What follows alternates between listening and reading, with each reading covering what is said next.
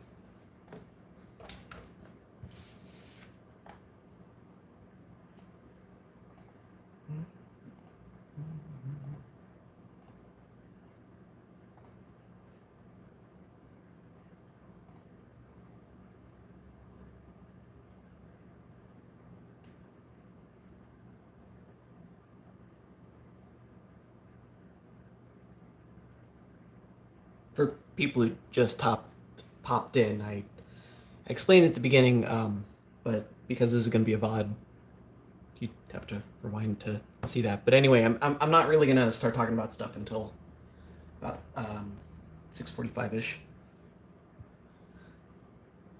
I also forgot to set that to not sleep, so...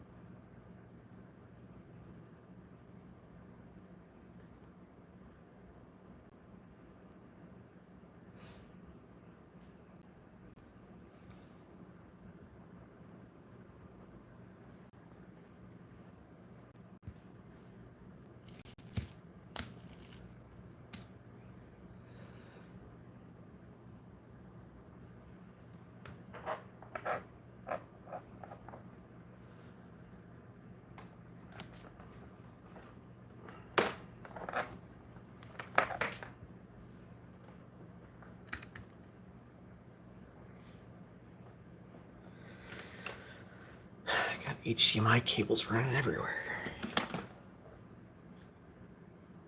Okay. Greetings, folks. So, a long time coming. So here's how this is going to work. I know I've been talking about the Slate for over a year at this point. I think I started working on it what was it, October of 2019. And it is now December 30th, 2021. So a little over a year. But anyway, I think we are finally at the actual final iteration. This is not, this is just a dummy shell. It does have most of the parts needed for a slate, but it's not an actual slate. That's an actual slate. Um, so I wanna structure this a certain way, and I don't want to keep stopping to ask for or to trying to answer questions as we're going along. So I'm gonna rely on the people who are here now to try and self-moderate the chat a little bit. I will gladly take any and all questions, but at the end, there's stuff I want to talk about first.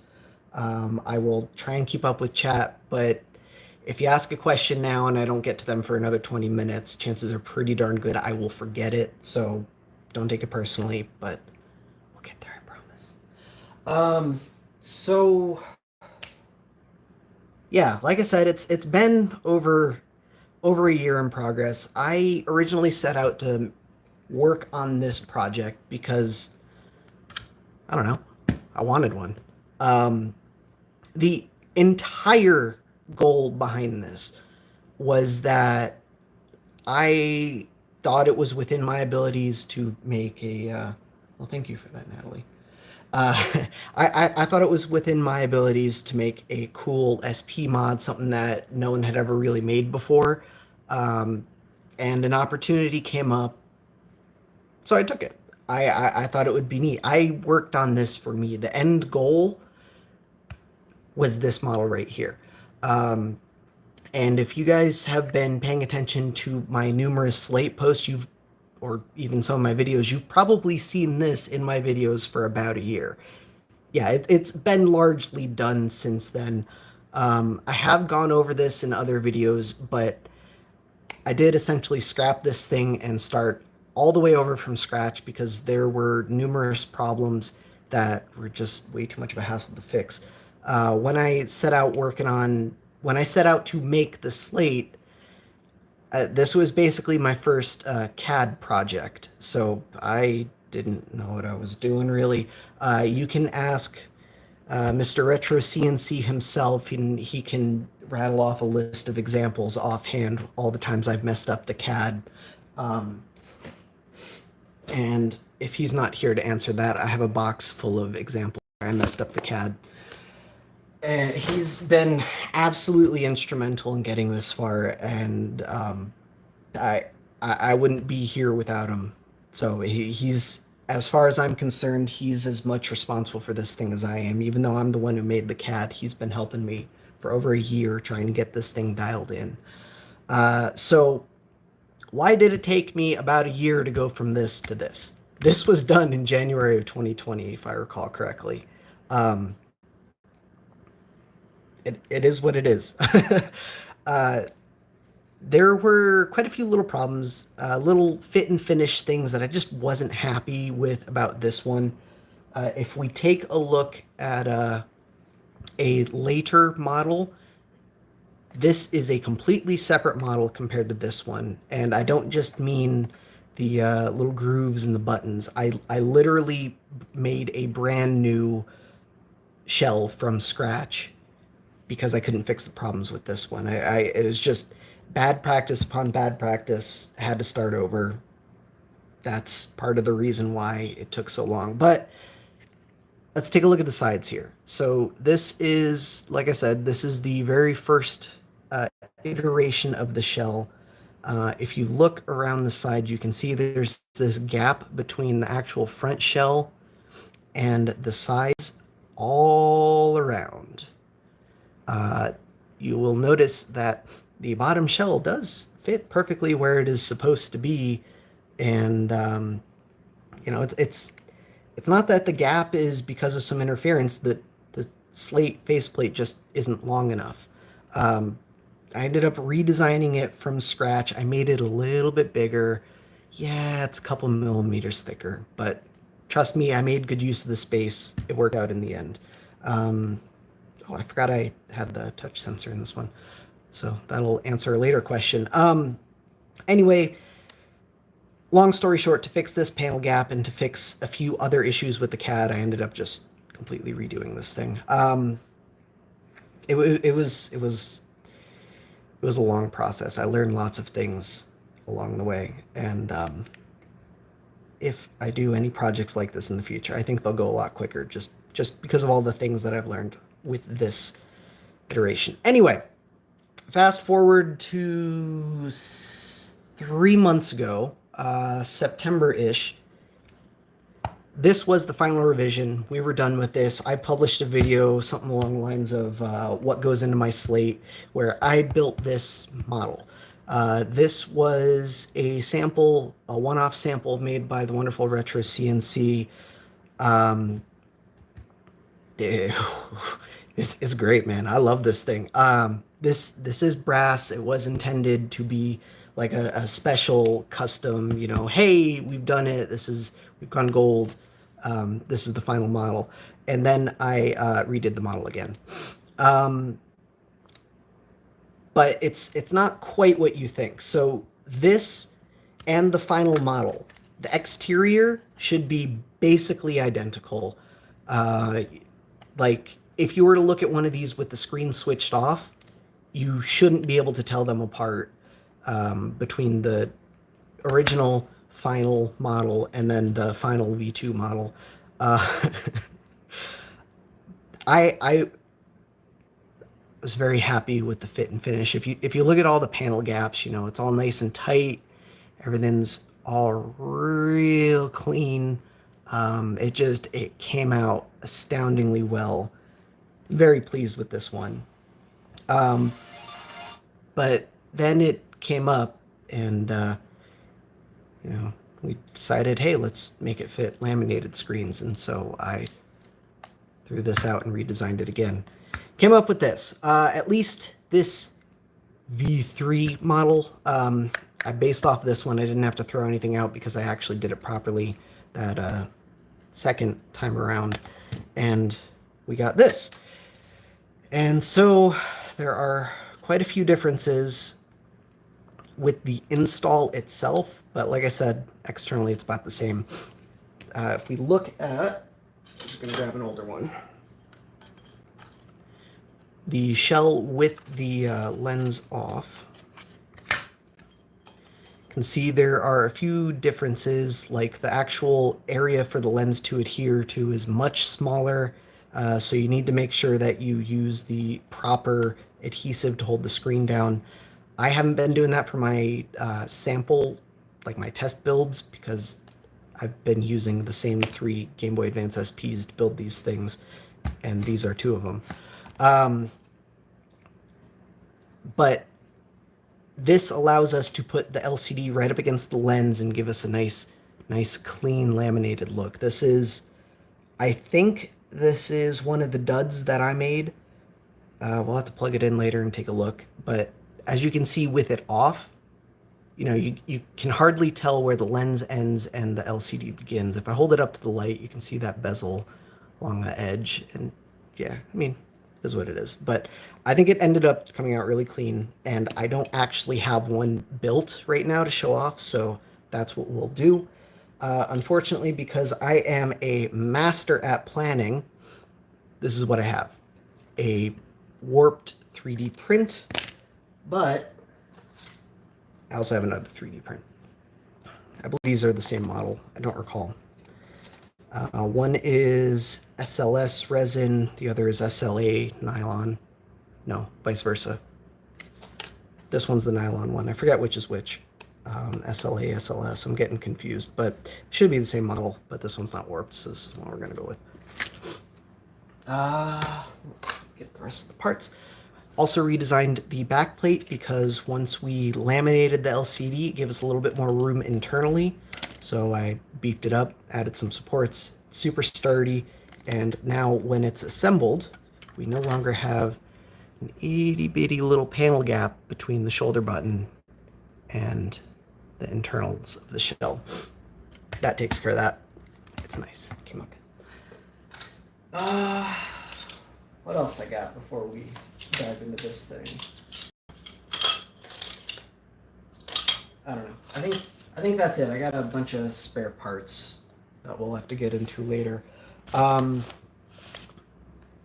me talk about this one real quick too. This is from September. This is the retail sample of what we were going to go with until I threw a wrench in the plans and redid the model.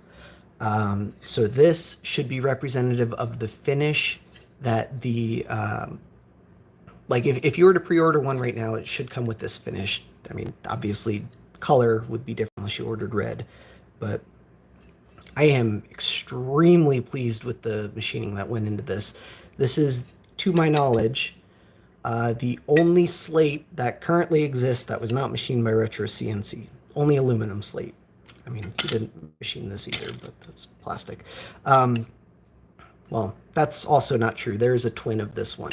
The first sample they messed up and they redid because they messed up the machining on it. But this one came out beautiful. I've just been fawning over the finish, and unfortunately I haven't really been able to show this one off because we redesigned the model to take laminated screens, and I can't put a laminated screen in this thing, not without machining this again. Leads me to the last thing I want to bring up before we go into building this. Where is...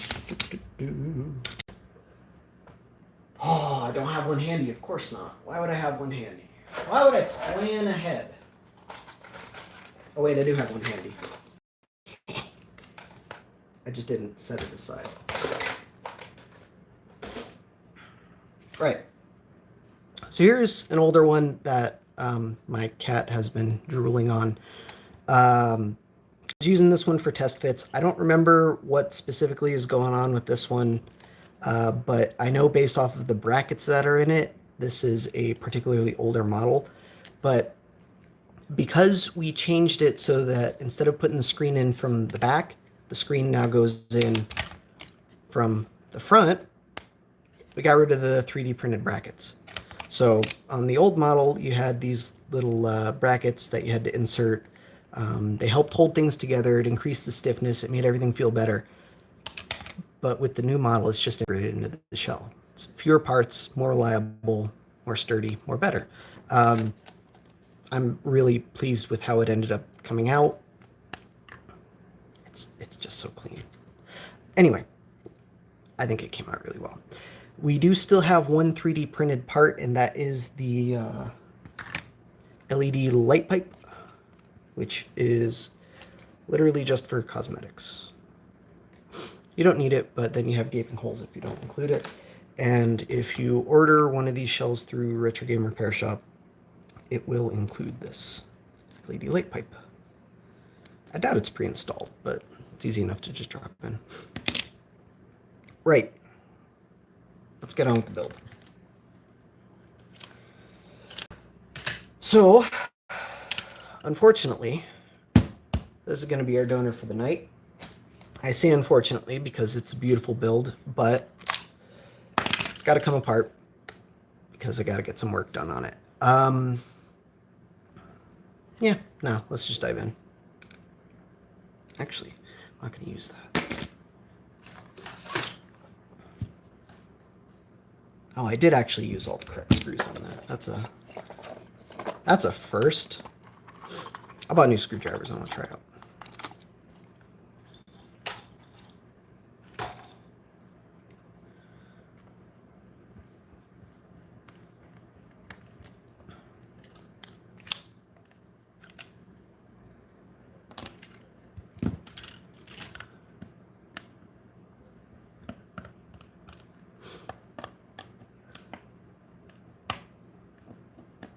So on the older model, these two screws up near the shoulder buttons were different from the rest of the screws. On the final version, because the brackets won't be 3D printed, they'll just be part of the aluminum shell. They'll be the same as the rest of the screws. So don't pay too much attention to that online.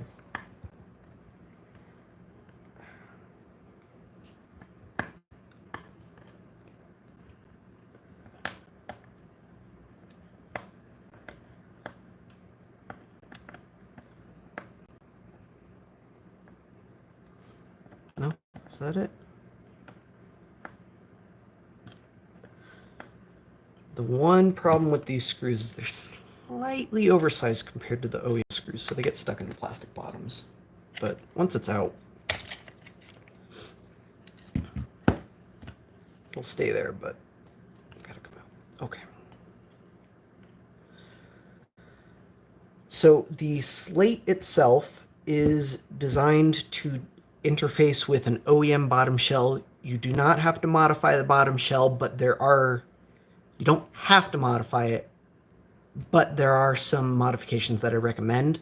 The Slate will come with slightly shorter shoulder button pins, these little pins that you insert to hold the shoulder buttons in. They're shorter, and I recommend using them, and I also recommend gluing them into the bottom shell. I went over this. This is the exact same as the old model. With the screen a little bit farther away from the back of the shell because it's laminated, you might be able to get away with the longer ones, but I still recommend using the shorter ones. It comes with it. It's worth it. And if you glue them in, then they won't fall out when you do this. I was considering seeing if I can just source screws that you just jam in there, but the hole in the button is smaller than the hole in the shell, so would have required modification either way. But that's it. This one also has that little support cutoff. That is relevant to the Slate. That just has to clear that module that I have modded into this SP because this SP supports overclocking. But that is for all SPs, not just Slates. All right. So there are the 5 screws that I took out. I already managed to lose the 2 that went into the plastic shoulder buttons, but that's okay. 3 motherboard screws.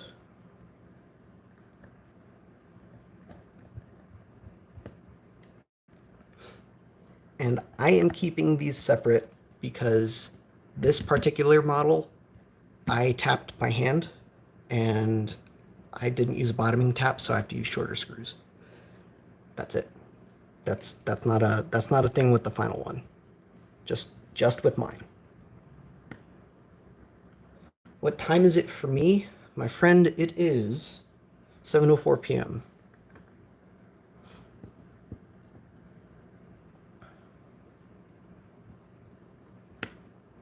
I don't actually live in California, but I base everything off California time because it's more complicated than it should be to explain to people that Arizona doesn't use daylight savings time. All right. 5 more screws, motherboard comes out, and the backlight kit should come out. I'm gonna leave the screen in there for now.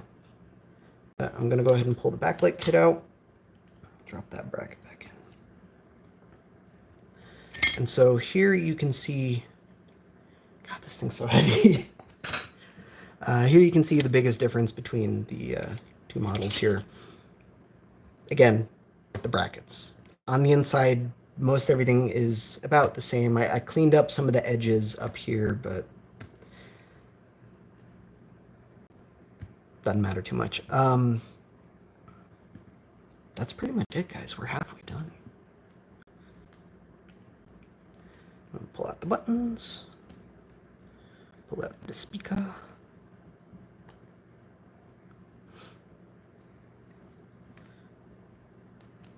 And that's it. I don't need to salvage anything else from this one. Yeah. I just gotta take it apart and do what I need to do with it now. I'll have to pop this lens out. This is an older lens.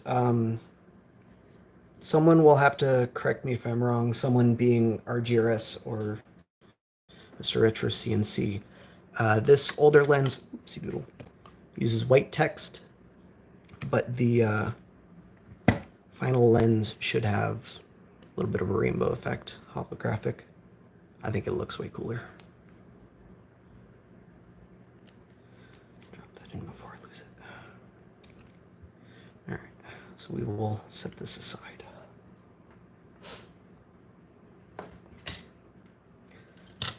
Cool. So the backlight kit is basically a stock one chip SP 9380 backlight kit because it uses the BlackBerry 9380 screens from some of the older IPS mods.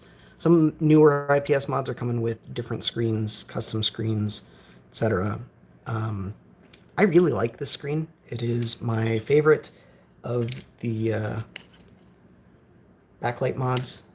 And so that's what I designed it around because, like I mentioned at the beginning, this was an inherently selfish project and I designed something I wanted. The screen itself, instead of, like, it's a normal backlight kit, so instead of coming with one of these laminated things, sorry, this is just my spare parts bin screens. Instead of coming with an SP-shaped lens laminated on there, they are coming with, I mean, I have one right here. They're coming with this. They're laminated. And one thing that we did especially pay attention to is, and I showed this in the video I just published yesterday-ish, the laminating with and without Loca. There are two different types of screen assemblies you can do. The ones that come with the Slate, if you order the backlight kit, they will have OCA connecting the screen to the lens itself, so you'll get that nice, clean, crisp image transmission. Again, sorry, I really don't know if I have one on hand. This one is an example, but I'm pretty sure this is one that I broke. Pretty sure. The other alternative that I showed in that video is you just jam a lens on there. Well, peel off the adhesive, jam a lens on there, and then you take your screen and you just drop it in and stick it down to the lens. And that'll get you a nice laminated assembly. Of course, this, I didn't peel off the adhesive, but I suppose I could. I've got enough. But it's the same as the other SP kits. Functionally, there shouldn't be that big of a difference. It's going to come with the touch sensors. I personally don't really care for the color palette one, so I usually remove it. But there are still little recesses in there if you want to stick your touch sensors in, so you could have both of them. If you only care about brightness, then pick a side. Probably best to do A and B, because depending on how you hold the console, you know, if you use the pad of your thumb on up, you might trigger that other touch sensor, whereas if you use the pad of your thumb on A, you're less likely to trigger that touch sensor. But there's two options. Use both, use neither. Doesn't matter. But you can also use any other backlight kit. I designed it around this one specifically because this one is bigger. So if it fits this one, it'll fit the other one too. The other one being Funny Playing. Of course, you will have to source your own ribbon, just regular SP backlight kit, a bare 9380 screen, and then your own custom lens. You can use full clear if you want. You can use custom from, like, forgetting his name, Blue Squirrel. He actually made the second lens prototypes. I don't actually have any. No, I probably have one stuck to an older shell somewhere.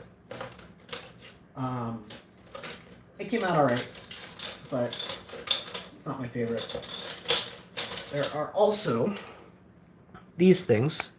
You can grab the like the Raspberry Pi DMG lens things. The border will show.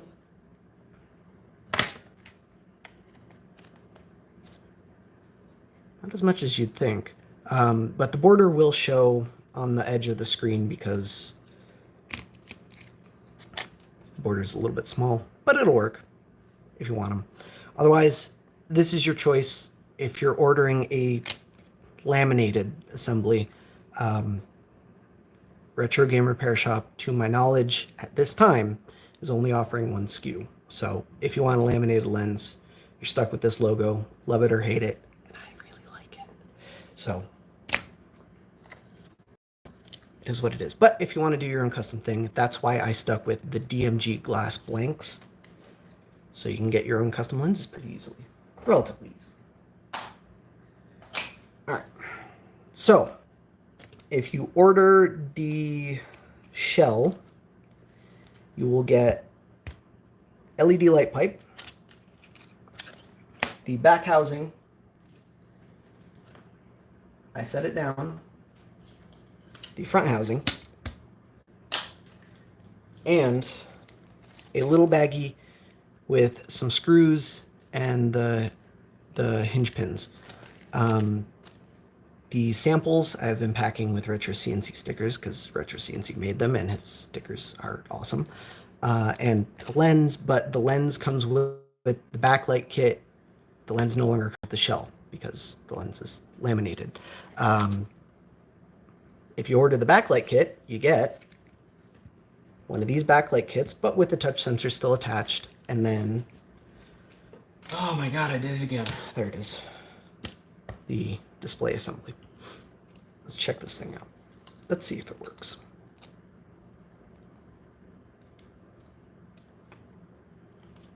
So, like usual with the backlight kits, the Slate is not going to be an exception. You will want to test it before assembly.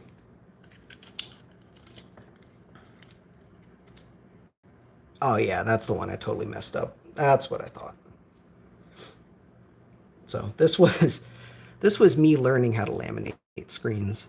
It didn't come out well. It does still work, so I'm still gonna, use it. But please don't take this as an example of what to expect when you get yours. I had 2 samples. 2. One of them I just shipped off to Retro Game Repair Shop like last week. It's the one, if you look at the listing and you see pictures of an actual Slate, that's what you're looking at. The other I gave away to a contest winner. 2. That's it. I don't have the other one. Sorry. But we will use, actually, no, let's build a new screen. Screw. I don't want to use that one. Do I have? No, that'll be fine. Okay.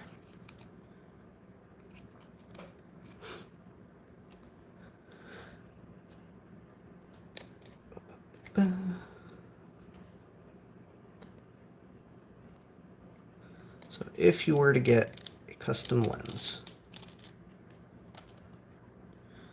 and I showed this in the other video, but if you were to get one, building your screen is very simple.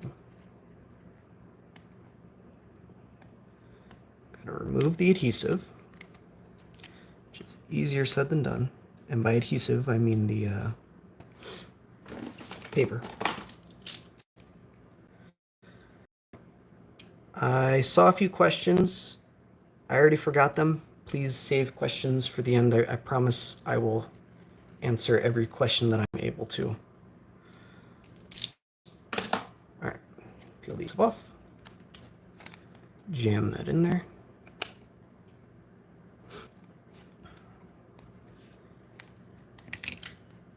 Take your screen. There it is.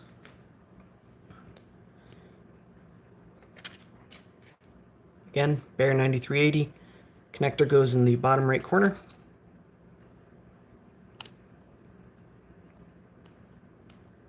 I already forgot how to do this. We got to seat the bottom first, then seat the top. And that's it. That is how you would assemble your own custom screen assembly. And this should look quite a bit better than the one that I failed at laminating. The only problem with this is because it is air gapped and there is no loca or oca. OCA. If we look at these, you can see there is a visual difference in quality. You can see the LCD itself quite a bit more clearly. Also, if you happen to have anything that presses on the lens or the LCD from the back, you will get Newtonian rings. Of course, my camera is not going to focus. It wants to focus on that reflection. But you can sort of see that right here. That's what Newtonian rings look like. Of course, that's only if you got something pressing on it. It should be fine, but this ribbon cable does need to be folded, and it will put a little bit of pressure on it from the back. So just be warned. Loco is better, but this will still work just fine. Okay. Now that that's together, we pop the screen assembly out, because we need to connect this first. Now at this point, it's probably not going to be plugged into your SP, but it doesn't matter if it is. We need to connect that first. And since it's already plugged into the SP, and since the SP already has a battery in it, let's give it a quick test. Cool.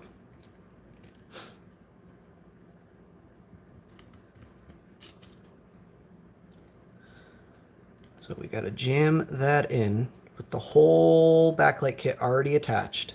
You need to attach the backlight kit before putting the screen in, because you do not want to be pressing down on this connector. Also, with the internal bracket there, you might not be able to fold that connector up enough anyway. So,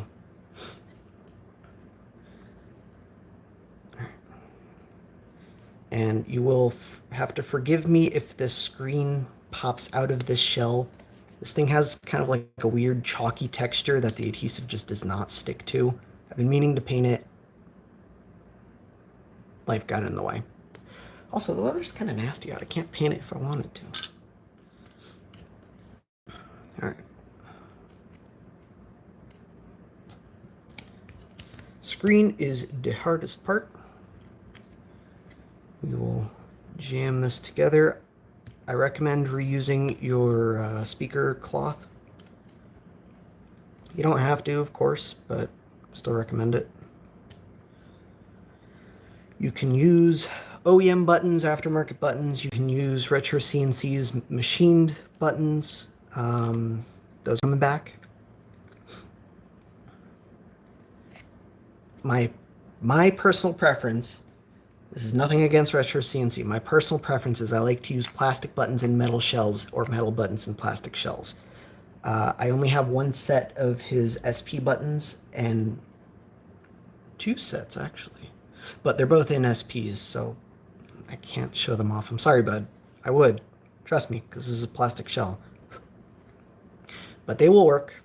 That is just a personal preference. And I talked about it when I did the stream for this thing, but the whole reason is just because metal on metal can be rattly. Metal on plastic, plastic on metal is fine. All right. What did I forget? Oh, okay. Next up, our SP motherboard.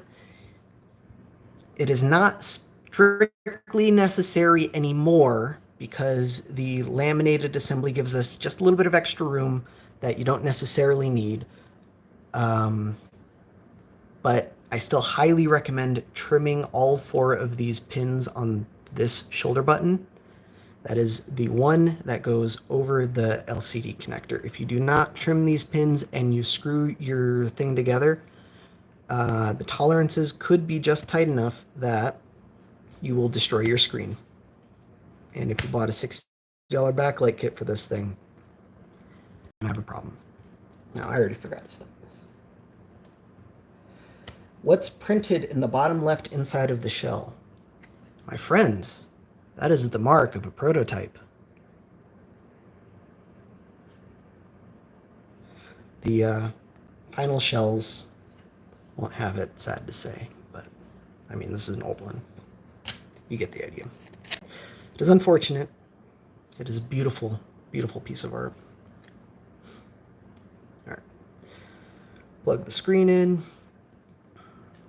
You will have to fold the ribbon kind of like this. I recommend folding it over the PCB instead of under. I know with some SP installs, you can just fold that ribbon under for a little bit of a cleaner look. But realistically, you want the board flat up against the screen and the ribbon going between the SP and the board. It'll just fit a little bit better. All right, what do we need now? We need to drop this in. You can see those little feet glide under the buttons just a little bit, not too much. Pop that out one more time. Yeah, you can see this shoulder button's not trimmed, but the back plate still clears it just fine. Jam that in there.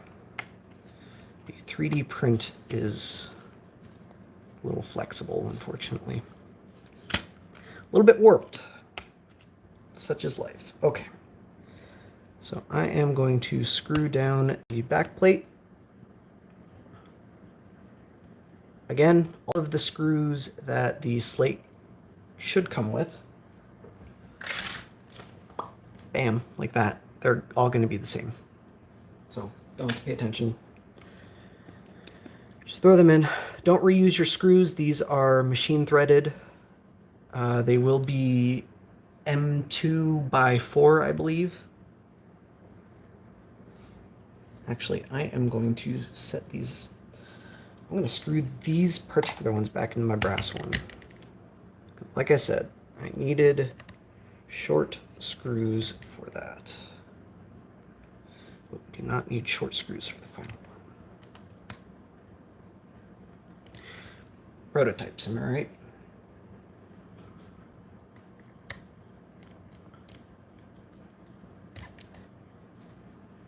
All right.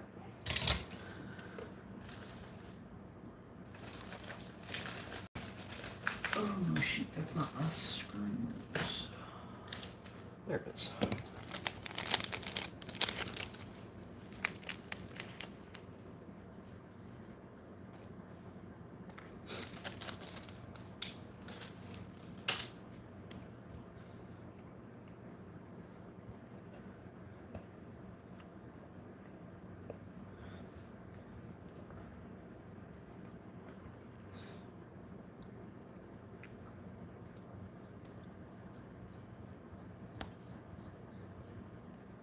Remember earlier in the stream, I mentioned that the width on these M2 screws is just a hair wider than the OEM self-threading screws. On some SPs, the motherboard screws are a little bit undersized, screw holes rather. So these screws might be a little bit tight. Trust me when I say you can just send the screw anyway. Nintendo complied with basically all of the good practice keep out rules, and you won't short anything by jamming a screw in there as long as you actually get it in the hole and don't wander around too much. Otherwise, gotta drop that in. Actually, works better if we insert from the bottom. Again, recommend gluing in those short hinge pins. You do not have to be creative. You don't have to figure out a way to drop the shoulder pins in or shoulder buttons. You just glue that in, leave it, and then you can insert the shoulder buttons later. Drop the spring on there. Trust me, you'll want the spring. It feels so much better. Put the tweezers down because there's no reason you need to hold them while inserting this. Try that again. All right, get that in there, and then you can put the spring on the hook. That's it. And then it just goes together, just like that. So it's a snap fit. You will have to snap it together, but trust me, it'll go. It'll feel good. Where is it going? Not all shells are created equal. I recommend using an OEM bottom housing, but I have tested both with generic opaque aftermarket bottom housings and the new clear ones, and both fit just fine. On some bottom housings, do I have that one handy? No, I don't. There's a little bit of flashing on this bottom part here, so it doesn't go together quite smoothly, but just inspect your shell. You'll be able to figure out where the problem is.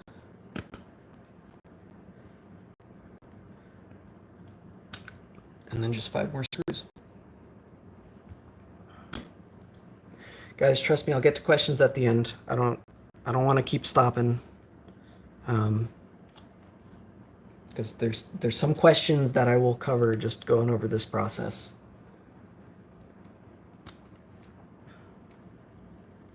I'll cover this right now, Swide, because I was just talking about this, but like I said, I recommend using the OEM shell. You need an SP for this. It doesn't come with an SP. You have to provide your own SP. Now, admittedly, it's been a while since I bought an SP, but last I checked, they usually come with a bottom housing. This is a bad example. Oh, here we go. I forgot I kept this on my desk for quick reference. I'll have a bottom shell. You can transfer that over. That's what I recommend. For those who want the full metal experience. Boy, do I have an anime for you. No. Hang on. I'm bad at talking and screwing at the same... Oh, omit the battery compartment screw. Leave it out. Don't need it. There's not even a screw hole for it. In fact, it would go into the screen, so it's a bad idea. But jam a game in. We're done.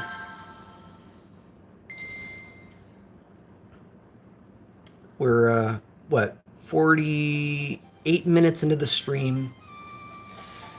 I didn't do anything for the first 5 minutes, and I've been talking through this. The install went pretty quick, I think. Easy peasy. Now, I've put a few of these in some friends and friends of friends' hands, and the feedback I've gotten has all been fantastic. I'm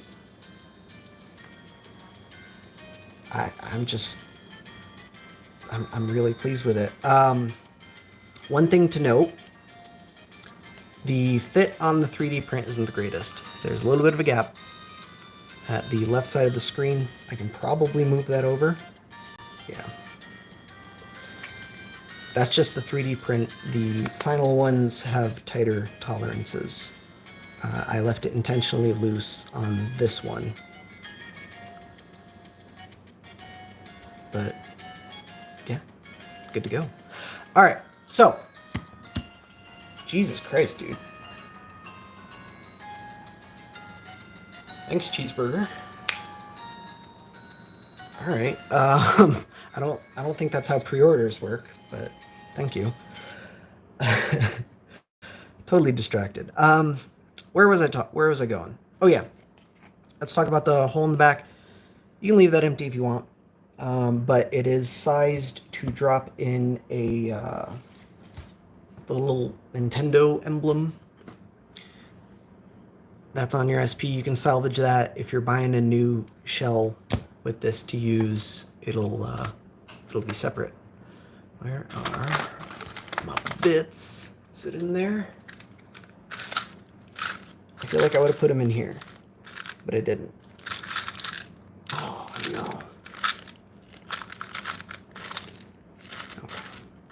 I don't have them. I don't know what I did with them.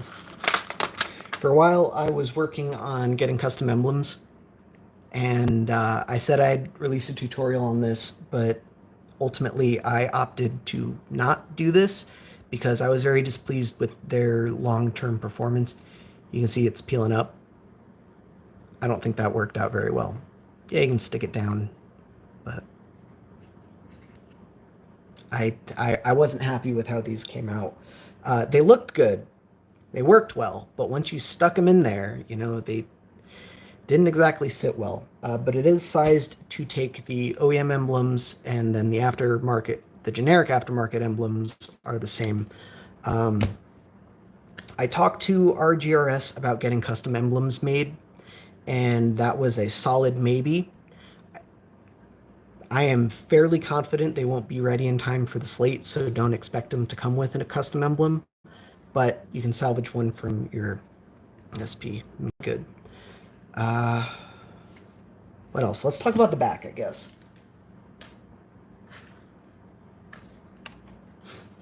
So, people keep asking about a full metal shell, and for full transparency, there is a back to the Slate.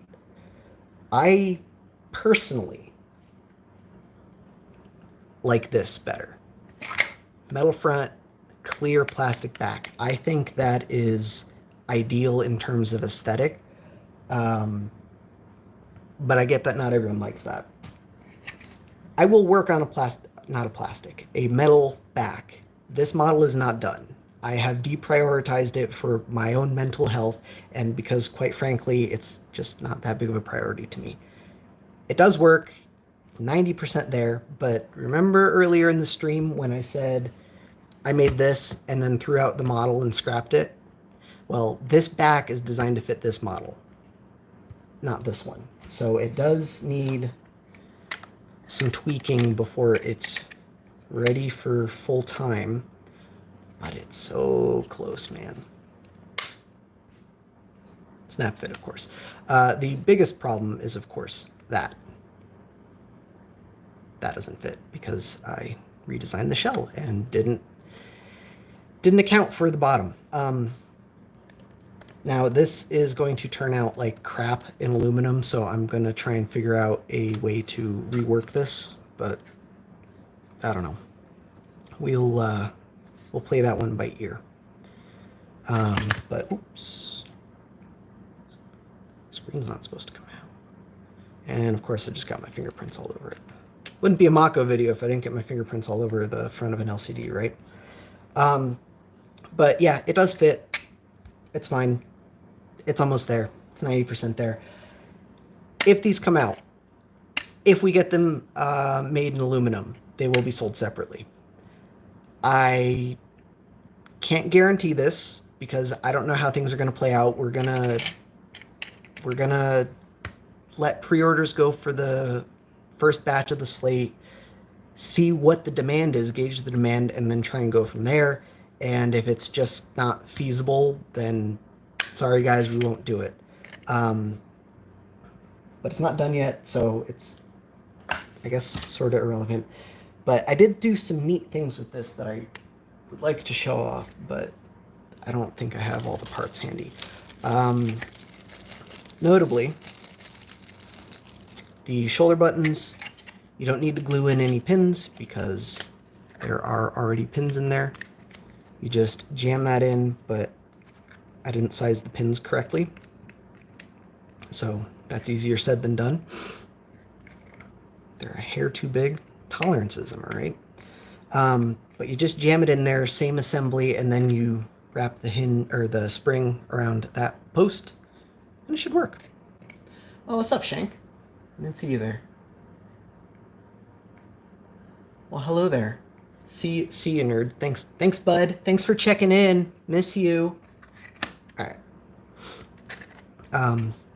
Same thing. There's also no battery cover screw because I designed this thing to fit with the Slate, and the Slate doesn't have a battery cover screw, so there's no battery cover screw there either. I also omitted the cart slot screw. I can't believe I was at a loss for the name there.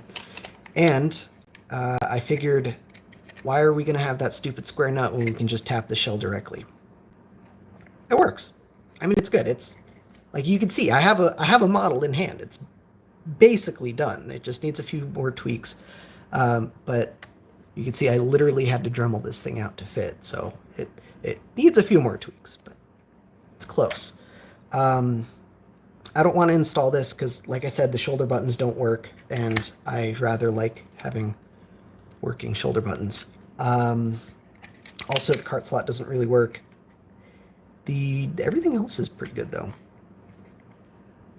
So I hope that solves some quandaries there. It's coming eventually, probably, but yeah, Shank, the square nut would last longer in plastic, but this is intended to be aluminum, so that'll be tapped. M2, same as the rest. And conveniently, it takes the exact same screw as every other screw hole in this thing. I love how that worked out. You just jam that in there, and look at that. Boom. I tried designing this to work with OEM SP battery covers, but that didn't really work out too well. And since it's going to be tapped anyway, it's not going to be too workable. But unfortunately, to make the model doable, I had to redesign it, and I got the dimensions just a little bit off, and it doesn't fit. So, but I figure everyone who's using one of these is probably using a matching battery cover. So I don't know. I'll try and fix it. No promises. But like I said, this whole bottom, no guarantees on that. I'll work on it, but I don't promise squat. All right, I think I had a few more things I wanted to cover before I open up for general questions. Everybody say hi to Shank. I put one of his cool GameCube things under my mat.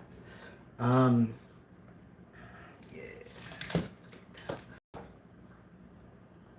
Come on.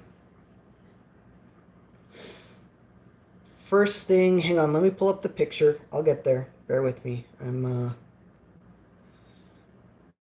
I'm slow. I lag IRL.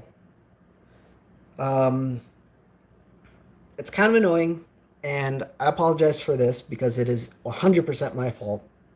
But the whole time I've been talking about the Slate, I said, oh yeah, we don't need to worry about USB-C. There's mods for the SP. You just jam USB-C in that way, and that'll work. I thought I had one at my desk. I guess I don't. Maybe if I organize myself better. Oh, there it is. Yeah. USB-C. Da-da-da-da-da. So if you were to use USB-C, that is not completely inserted properly, but you can see how close the USB port is to the bottom shell.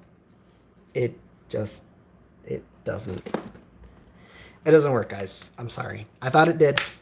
It doesn't. That's my bad. You can see to insert it, I need just a little bit more clearance. Just a little bit. But it won't work. This is what we expect for that. I neglected to check it. I'm sorry.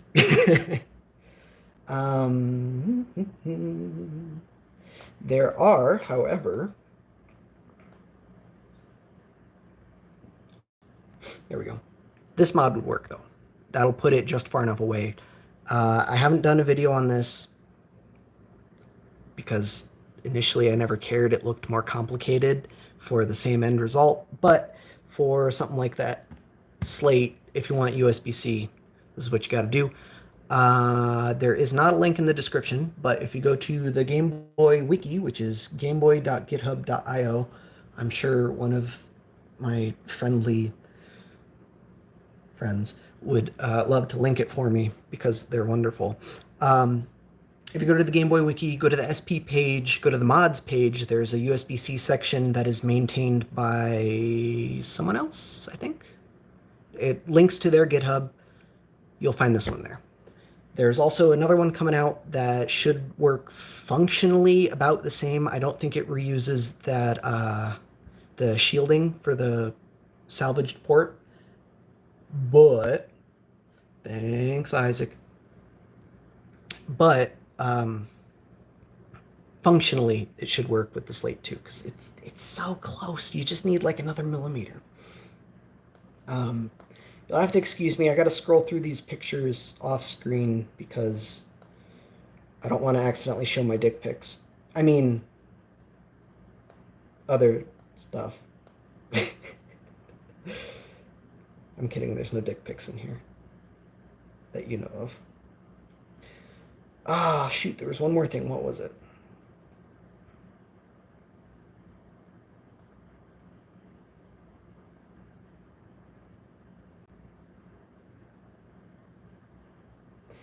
No, I don't know.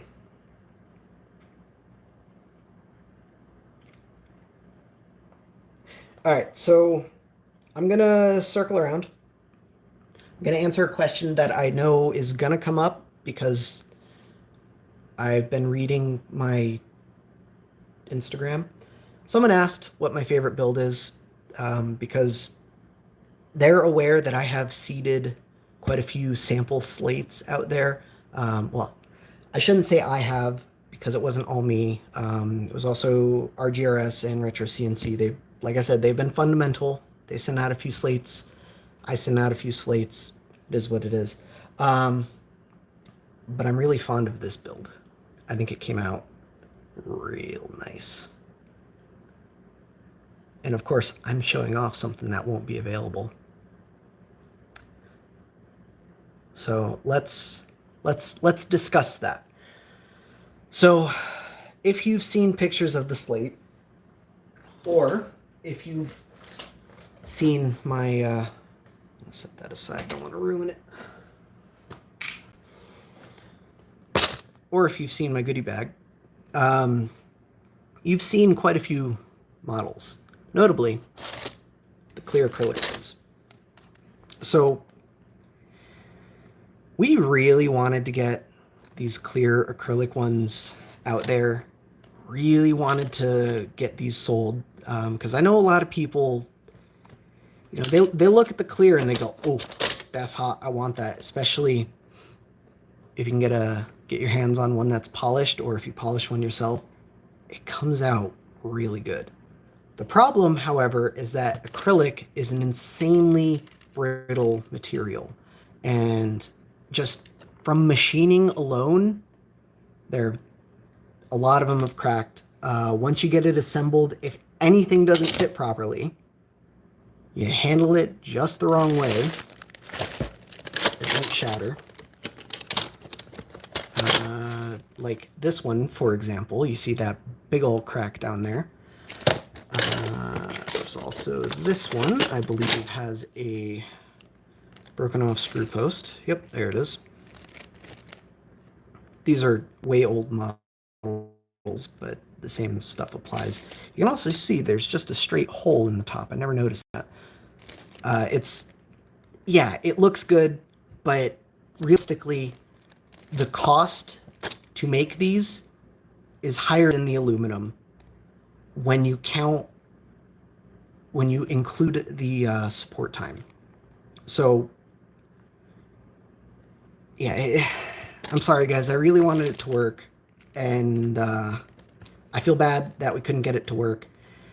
If Retro CNC manages to get these working, he will be the one selling them.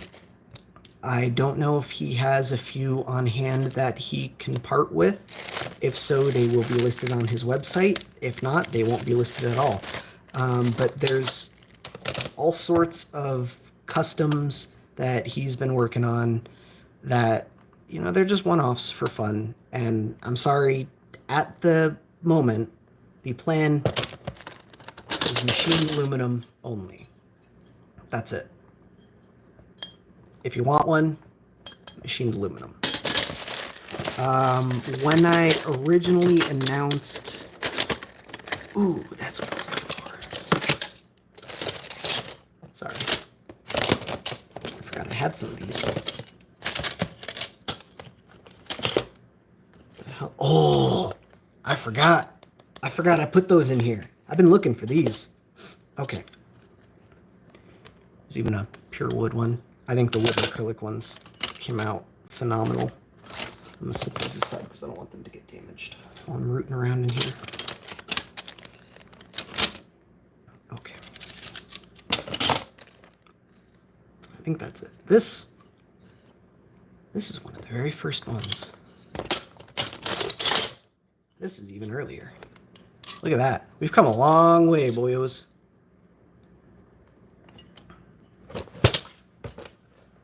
So originally it was flat, but then I realized not only does it feel better, but it looks better if we give it a slight slant. It worked out so much better. This thing, it was all right. Yeah, we'll not talk about the speaker grill. We don't need to acknowledge that. But I don't know. It's so cool, man.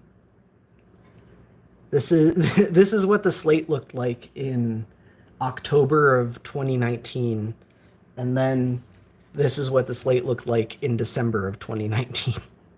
Huge difference, but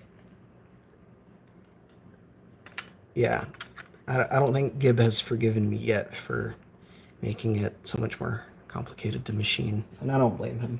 I'm sorry, bud. Okay. Yeah, I made a few joke emblems. And then this is the best battery cover because it has the retro CNC logo engraved into it.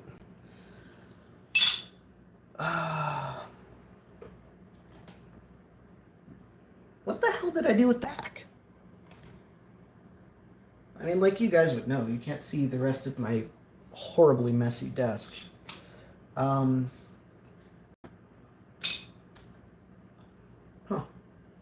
Okay. All right. So now I'm going to start going over some questions. I'm not taking questions yet. That's not a key. I'm going over some of the questions that I already have on file. Oh, yeah. Yeah, this thing's Cerakoted, man. We played around with all these custom coatings, custom finishes. That's basically what this bin is. This is all the different finishes. I got 2 that are powder coated, anodized. This blue one I painted, but the Cerakoted ones are some of my favorites. This one.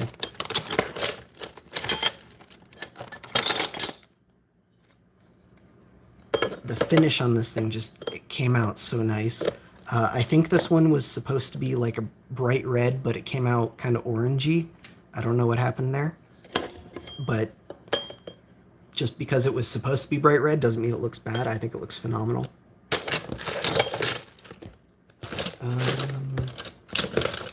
I don't think... Ooh. Here's the other original one. We've come so far, guys. This one ended up kind of weird. Oh, there's another emblem I forgot about. You can see the older backplate design. It had the hinge pins in them. I don't know. Now I'm just being nostalgic, so I'll put that away for now.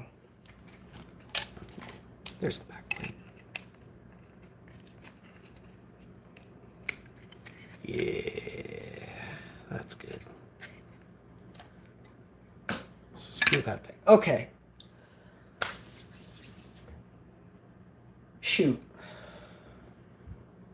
I had something. I was going to start talking about it, and I lost it. Okay, never mind. Let us pull up the Instagram. See if there's anything I missed. So I made an Instagram post earlier today. I'm guessing most of you saw that post and that's why you're here. If not, I have an Instagram that I post to on occasion. Oh, don't make me log in. Of course, it's going to make me log in to read the rest of those. If your comment is one of the hidden ones, I'm sorry. If you're here, please repeat it if I don't go over it. But I'm just gonna start at the top of the list. I'm gonna go through Instagram, and then I'm gonna go through this YouTube video because there were quite a few comments in that as well. But first off, because this is a Q&A, even though it took an hour and a half or an hour and 10 minutes to get there. So Retro Gaming Dad on Instagram asks, in theory, could the laminated lens kit fit in a modified DMG shell for a DMG 102 project? Yes, but let me show you why that's easier said than done. So if we look at the laminated shell from the inside, when you slip this in, you see the LCD does stick out a little bit past the lens on this side. So when you slip this in, this has to clear the shell on this side. So you will have to carve it out from the inside as well. A milling machine, highly recommended. You can probably do it with a Dremel on a stand or a rotary tool, but you will need to carve out the inside as well. But it will work if you want to use that kit for some weird custom DMG shenanigans. This is a standard DMG shaped lens.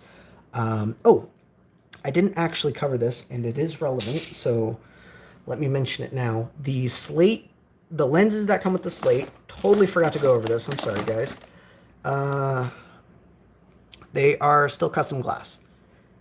They are about 0.6 millimeters thick, whereas regular DMG glass is quite a bit thicker. Now, of course, that is including the paper, but original DMG lenses are 1 millimeter thick, or at least aftermarket ones are. They're 1 millimeter thick plus the adhesive. So it works out to about 1.1 millimeters. These are 0.5 millimeter thick plus the adhesive, which works out to 0.64, give or take. So if you use it in a DMG, the lens will be a little bit sunken in. Should be good. That being said, if you use a custom lens on a Slate, it will be proud a little bit. You'll get that limited edition analog pocket look. Hopefully, Mr. Retro Gaming Dad, you are here for your answer. Or hopefully you'll catch it later. Cody Wicker, information on rear housing. Will there be one? If not, will a boxy pixel rear fit? So I kind of went over that already. I intend to make a rear eventually. I don't know how long it's going to take to get that. As of this moment, assume there won't be, but there might be. I remember what I was looking for earlier. I'm going to try and circle back, but I got to finish this thought. Boxy Pixel, however, will not fit. His rears are designed for his shells, which do not fit OEM rears. As of V1, V2, which he decided to launch today, right after all of my posts went up, is apparently taking a page off of my design and has been adapted to use an OEM rear. If he makes a rear for the V2, or that is if he continues making the V1 but with the V2 faceplate, then maybe. I wouldn't count on it, but it's a solid maybe. The screw posts and everything will line up. The front will not. You will have to trim that. There are little indents for the ports. You'll have to clear those out. Beyond that, everything else should line up except for, now that I'm looking at it, the back probably won't line up either. But I don't know if he's redesigning the back. So, Cody, I don't know the answer to that, but probably not.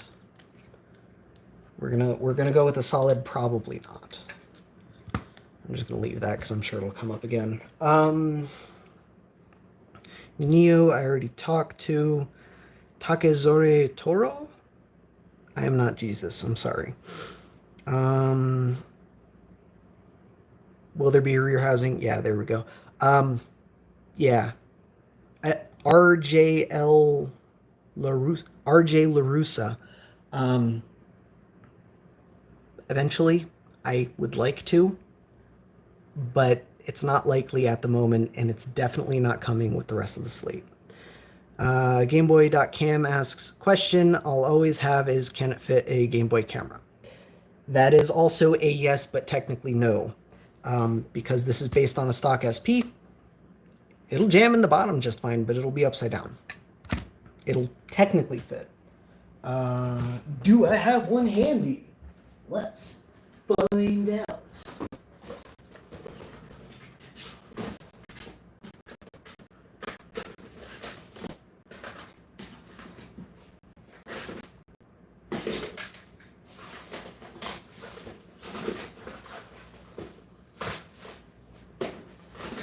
I'm sure I do somewhere, but I don't know where.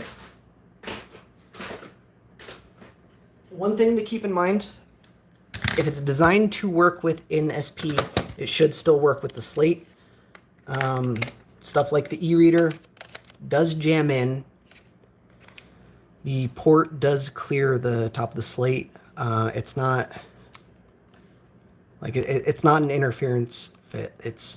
It totally clears. I don't know if the camera angle, I don't know if the camera will focus on that, but there is it's not touching. Works just fine. Same thing with like Game Shark, that'll jam in there, no problem. See, ta-da. Ironically, well, I don't think that's not irony. Never mind. E-reader works with my Slate better than it works with a micro, which you can also jam in, but that is touching. And you can't use either start or select with that plugged in, but it does work. You know, if you hated yourself, the weight balance is awful, but it works. Ooh.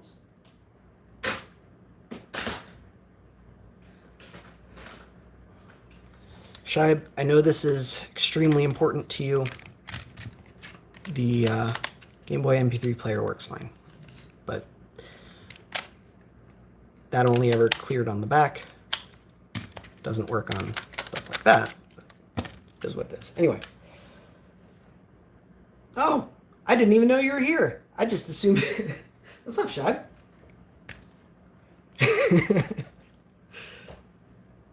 All right. Questions. Back to that. I hope that covered your answer. I know Gameboy.cam. I know you were chatting with someone in there and you got your answer already, but I just wanted to cover it again. Harrison John, of all the samples you've given out to the homies, what is the best color combination you've seen? I did go over that just a little while ago. It was, I'm not going to try switching over because I know I already lost my place, but it was that wonderful build from B23N. Looks mint. Check out his Instagram. He makes good stuff. Manuel Gaz, do you plan to release this in resin too in the future or just aluminum? So let's discuss my role in this. My role is just designing this. I'm having very little to do with the actual distribution and selling of this. Any questions like that should go to Retro Game Repair Shop or Retro CNC, but I can say this because I already know the answer. There are no plans for resin. The only plans currently are machined aluminum, the ones that are already up, and brass. There is an option for brass if you want brass. It won't look like this because this is a Retro CNC special, but it'll be the same material, same shape, Just different finish is what I'm trying to say. It'll be good. It is pricier though. Brass is a heck of a lot more expensive than aluminum. It is like 20 times more expensive or something like that for the same stock. It's ridiculous. So the fact that they're so cheap is surprising. I expected them to be in the $350 price range just based off the stock price, but I don't know. Maybe we got a bulk discount or something. Let's see. Are the laminated screens laminated by hand or factory? The ones I've been showing off have been laminated by hand. The ones that come with the kit itself will be factory. Let us retro game. Pairshop.com.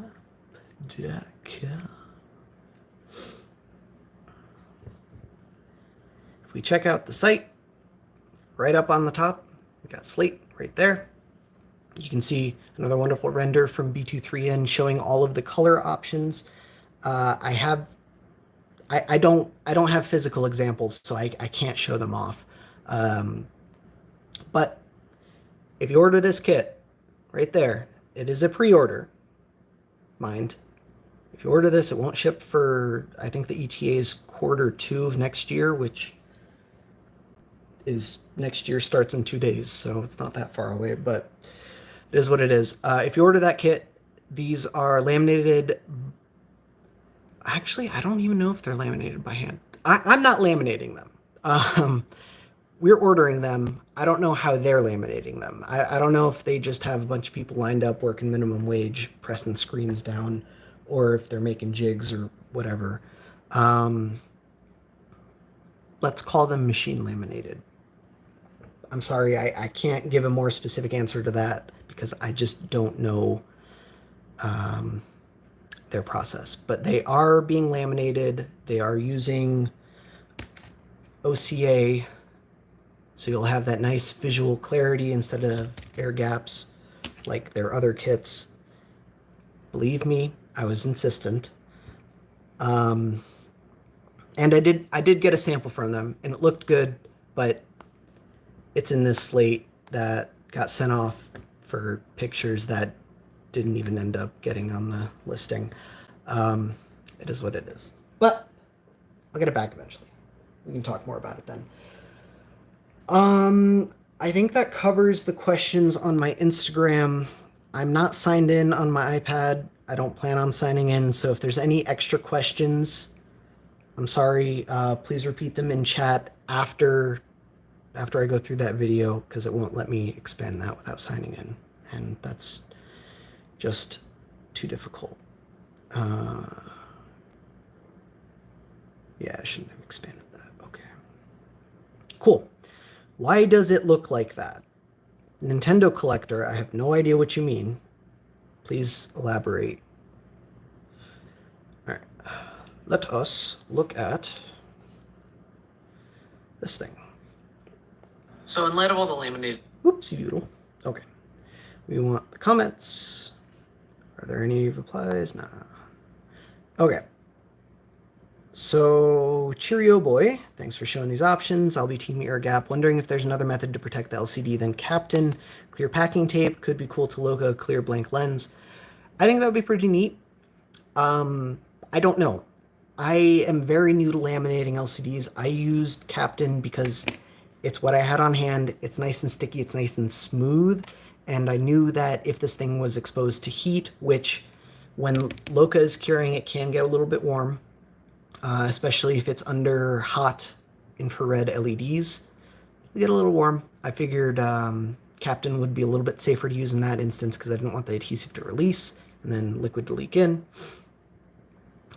I can't really answer that. I would say if you're going to use tape, Captain is the way to go. But if you're trying to go all clear, I don't know, experiment with packing tape. It could work. Might be nice. I can't say I recommend it, but it would probably work. Can't decide on the color. Yeah, it's there's a lot of choices. I like most of them. I can say that gunmetal is turning out to be a very popular option, though, and for good reason. I think it's the best looking. Katie, we were talking about my curing station. Zendatsu. I'll talk about it just because I'm going through all the other comments, but it's not really Slate related. The other reply you already got on that is spot on. That's exactly what I would say.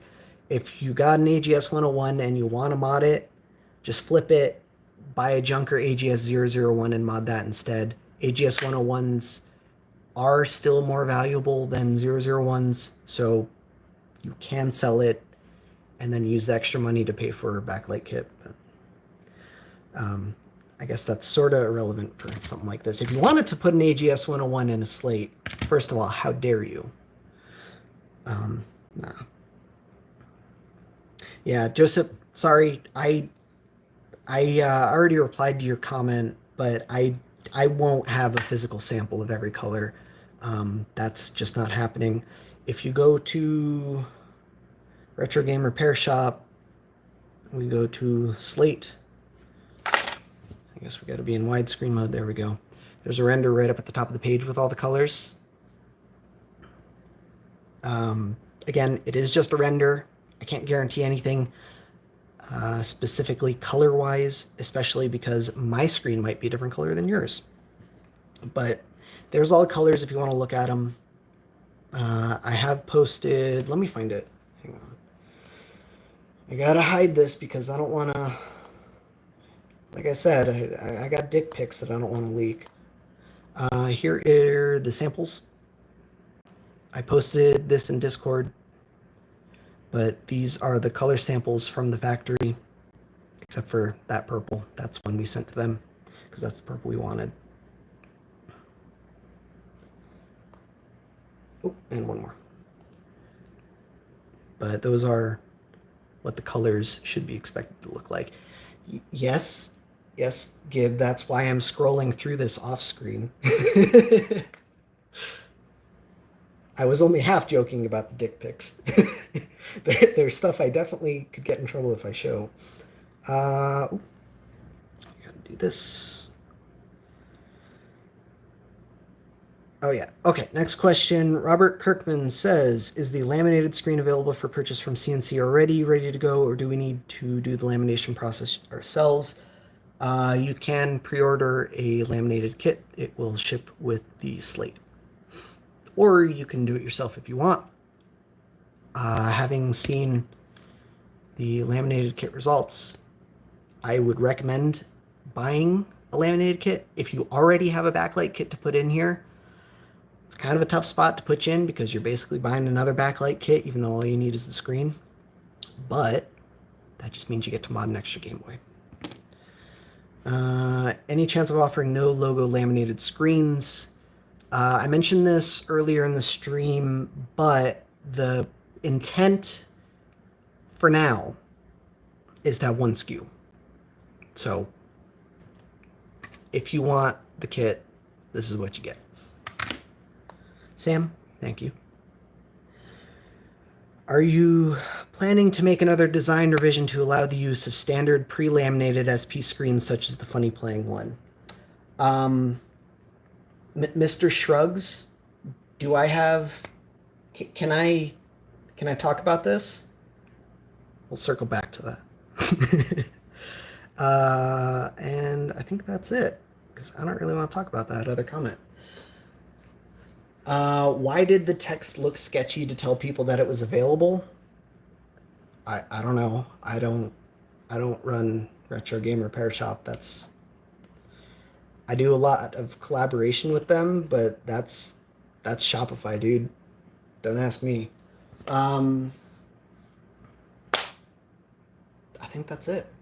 So I guess I'll open this up for questions now. And since Gibb's not answering, I'm going to talk about that other thing. Someone asked about Funny Playing generic screens. And what if I said I literally already have one? there are no plans to do anything with this. I don't like how it came out. I mean, it for a one-off ship post, it came out stupid well, but I just I don't like the off-centered screen. I don't know how well you can see this, and plugging it in is going to be kind of a pain in the butt, but look at how thick that left bezel is compared to that right bezel. I don't like the look. We will, if I ever release the model, I know initially I said I would, but that got complicated real quick. If I ever release the model, then you guys can fool around with it and make your own abominations, but this isn't a thing that will come out.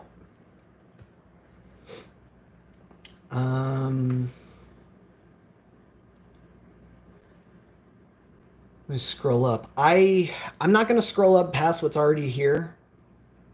So if you have any questions that I haven't already answered, please just post them again.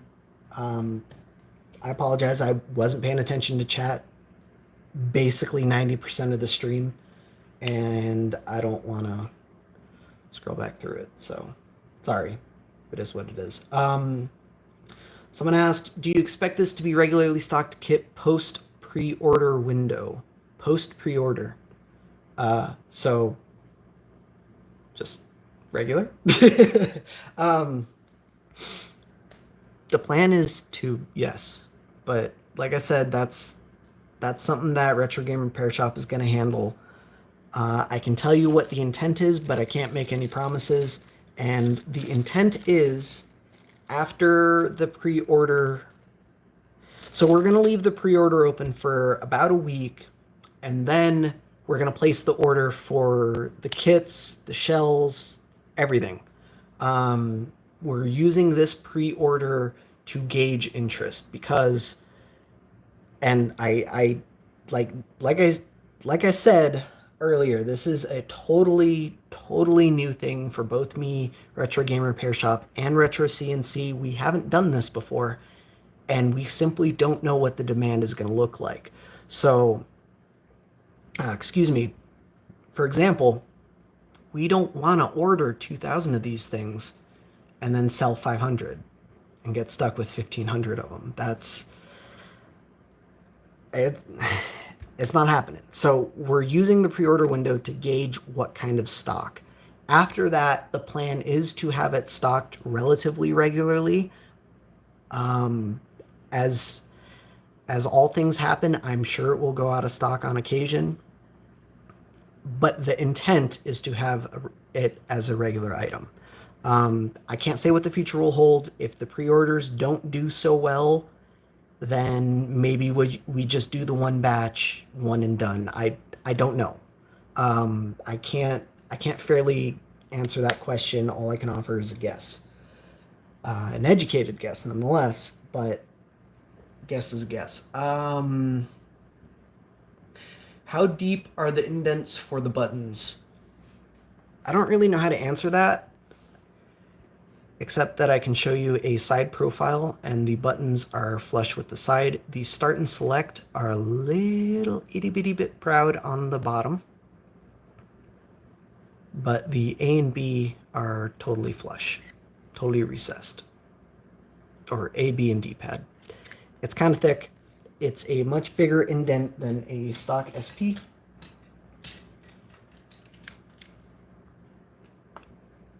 But similar style, and I had to design it this way if I wanted to put the screen where it is. If I moved the screen up and made this thing longer, then we could have recessed the buttons less. We also could have made the recess smaller if we made custom buttons for it. I wanted to stick with stock buttons, or I wanted it to be compatible with stock buttons, because I don't really agree with having to buy custom buttons for something like this that can be made to work with stock. And yeah, there is a slant on it. I forget what angle this is. I don't think it's a specific angle. I think it was just a 1 millimeter drop or something like that. I don't know. I can't answer that without digging into the model, and I'm not doing that right now. What about a model release for the standard design? So I'm still mulling this over. I know originally I said that I would be releasing the model free of charge for anyone to do with as they please. I am likely going to renege on that and go back on my word. I'm sorry, guys, but it was a whole hell of a lot of work to get this done, and quite a few people helped me get this done, and I don't want to cut into their sales should they choose to sell it. When realistically the Slate goes end of life, I would like to release the model, but at that point I will likely only release an STL and not the actual CAD file. I don't know. We'll cross that bridge when I come to it, but the plan right now is no. I'm probably not releasing the model. If we decide to not sell the rear panel, will the files be released for the rear panel? If I decide to not sell the rear panel, it will be because the Slate ended up going end of life, and yes, I will release it at that point. Will the Helder audio amp fit? Probably. There is quite a bit of room in there. Whoopsie doodle. There's actually a little bit more room in my Slate compared to a stock SP. So anything that goes above the motherboard should still fit.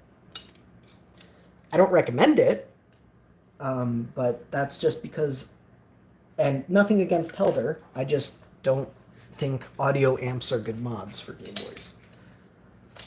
A lot of people install an audio amp and expect it to work magic, but realistically an audio amp just makes everything louder, and Game Boys are kind of noisy. Like, you get buzzing and hissing and other weird noises, and like I said, amps just make everything louder. So it's going to make that buzzing and hissing and whatnot more apparent. And once you notice it, you can't unnotice it. So you're welcome. Sorry for that.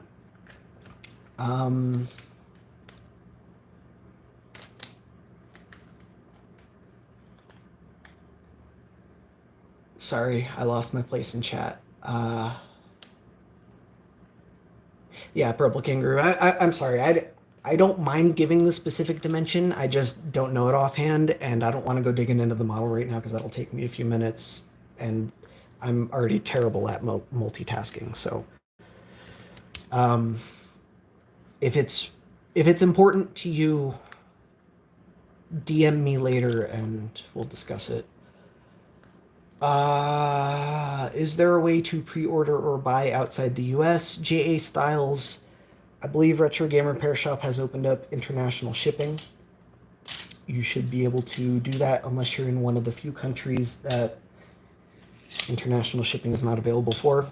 And if that's the case, I'm sorry, but I don't have a solution for you. International shipping from the US, for those that are not aware, it is entirely too expensive, and it will probably make your $200 order total to $300 or something like that. It's pricey, and sorry, it is what it is. I can't do anything about international shipping prices from the US. Yep, there you go. Someone already beat me to it. Brightness button is gone, yes. The intent is to use the touch sensor under the screen. So if I jam this on, gosh, my battery is already... oh, I see. Easy flash. Touch sensor is under the screen, so you just tap the lens, and you can cycle through brightness that way. But that requires that you actually install the touch sensor, which I did not do on this kit. It's there by default, but I removed it because this is my test kit, and it was just a hassle dealing with as I kept pulling it in and out of Game Boys. So It's there. It's kind of tight, but it'll work. You might have to fold up the sensor and jam it in the hole. Is it able to use a headphone adapter? Let's find out. Do I have one? Yeah, boy. Yep. It'll work with a headphone adapter. If you're doing the USB-C mod headphone adapter thing, I covered this. I started covering this earlier, but USB-C mods don't fit unless you get one of the ones with the centered port. If you're using one of the ones with the flush port, it's too flush with the back plate and it won't fit. Which, on a related note,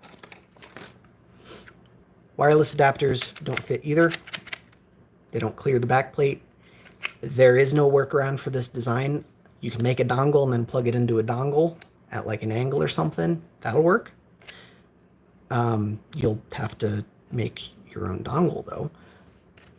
But should be pretty easy. You can get these ports aftermarket and then use an aftermarket link cable and just cut into that. But you'll have to wing that. Any hissing cannot just be recapped, cannot be fixed by recapping. The hissing that you might hear from Game Boys is significantly more complicated than that. And it is not just a matter of throwing caps at the problem. It doesn't fix it. Trust me, this has been an ongoing thing. And I don't have a video on it because there is no feasible solution. How long will the pre-order be for? I don't know. I think Retro Game Repair Shop would have to chime in on that. Like I said, the pre-order will be open for a week before we place the actual order. If orders are still trickling in, we might extend it a little bit longer. I don't know if he's going to close the pre-order at that time. If he does not and leaves the pre-orders open, and if there are extra units, I assume he will leave the pre-orders open until it's sold out. But I don't know. That's we're gonna play it by ear, because even if I ask him what he's doing, the actual demand will determine that question. So that's a question you'll have to come back and ask again in another week. What did I miss? Yeah, brightness, touch sensor, headphone adapter. What is the gray slate made out of? This is a 3D print. It is made out of SLS 3D printed nylon with glass fiber reinforcement. I like this print. I think it came out pretty nice. I don't necessarily recommend it for a slate because it's very wiggly. The slate is designed to be made from aluminum, not plastic. I worked with the constraints I had, but you gotta test fit sometimes. And this is why I didn't like those palette sensors. Where's the sensor? I don't know. I'll have to tweak it later. It should be on this side. Open. Of course I can't trigger it now. Any chance of a plastic version in the future? Slim to none. We've talked about it. Plans are still up in the air. Got to see how the aluminum one does first. What CAD program did I use? I designed this in Fusion 360. Realistically, I learned how to do CAD on this project, so it worked. I don't know. I don't necessarily recommend Fusion 360. I latched onto it because it seemed to be the recommended program. I am not at all happy with their subscription model, but that seems to be the common thing in the industry. I could have done this in FreeCAD or Blender, but I wanted a parametric CAD suite, which I think FreeCAD does now. I'm not 100% sure, but I'm pretty sure Blender does not do. And at the time when I wanted to do this, Fusion did everything that I wanted, and there were plenty of tutorials so that I could learn to do it. So that's what I used. Ooh, scrolled too fast. What do we got? Is there any way to get the board, lens, and ribbon that go with the screen kit without the screen if we already have one? There is not. Sorry, John Miller. Just use one of your videos to build my first IPS mod Game Boy. Thanks, Mako. Thank you, Riley. I'm glad it was helpful. My whole intent with this YouTube channel was to share knowledge and collaborate and help people out. So if I've helped out at least one person with my video, then I believe I've accomplished what I set out to do. Thank you. I appreciate the feedback. Dark one, let me rephrase, you can use the clean power mod. No. There are problems with that I don't really want to get into in the Slate video, but yes, it will technically work. There is no specific incompatibility with the Slate with that mod, but I don't recommend that mod. Are there physical examples of all the anodized colors? No, there are not, Zach. If you're in the Game Boy Discord, at me, and I will ping me, and I'll link you the examples that I uploaded, or someone else will, because I'm still streaming. I don't know. We'll see. I posted it earlier today. You'll have to scroll up. It's in the Game Boy channel. Ugh. Oh fuck, Lunar New Year. I totally forgot about that. Well, that's what Q2 estimate is for.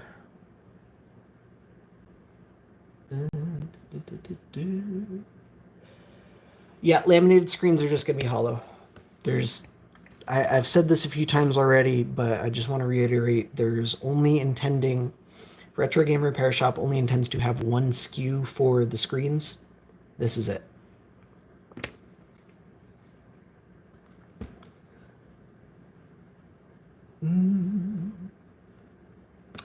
Do the color options match the original SP shell colors? They do not. Anodized aluminum tends to not match plastic. My personal recommendation is to go two-tone. I mentioned this earlier in the stream, which at this point is basically an hour and a half ago. And I don't expect everyone to have paid attention or even stuck around that long. But the Slate, I designed how I wanted. So every decision that I made in terms of, like, we're going to put the screen here, we're going to delete the brightness button, all that sort of stuff, that was because I wanted to do it. And I wanted a two-tone, so I didn't really care that the bottom didn't match. I guess that gets into, if we end up making bottoms, if they're anodized aluminum, the colors will be the same, but, and this is a very big but, I can use Boxy Pixels as an example. Sorry, throwing you under the bus here. Is what it is. They will intend to be the same color, but in reality, they probably won't be.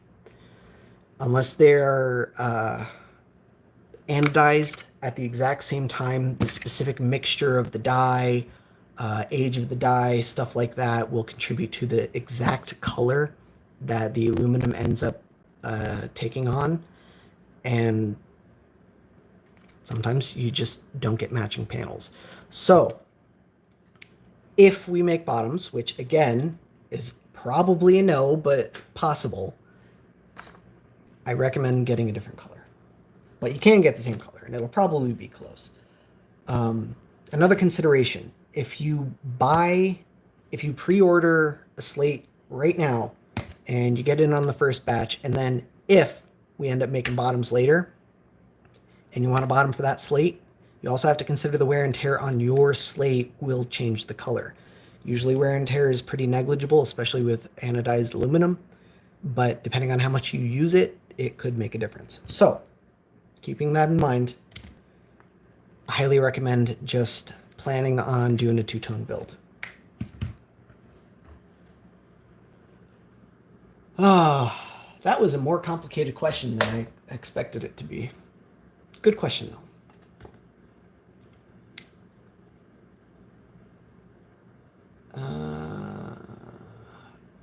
Gage, I am not an engineer by trade. I consider myself an engineer hobbyist in that I know just enough engineering related stuff to be dangerous, but not enough to actually make money from it. So take that how you will. I'm not an engineer. I work in IT. Well, I'm not an engineer in the traditional sense.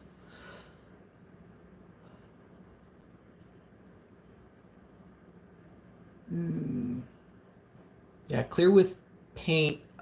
Gage, I don't know if you were here for this earlier. I know that there have been lots of clear slates being shown off, but those are likely not going to be available for sale. So yeah, it's kind of a rough situation. Actually, you know what? Now that I'm thinking about it, I'm sorry. I'm sorry, B23N. I know I showed off your build earlier and said it was one of my favorites, but I think I lied about that. Now that they mention the clear paint, I'm scrolling through my chat littered with dick pics. This is just about the worst picture I have, but if you've seen this particular Game Boy, I really like how this one came out. And I think this is Mike's. Mike, feel free to sound off, and if you have a picture, you can post it. If you have a better picture.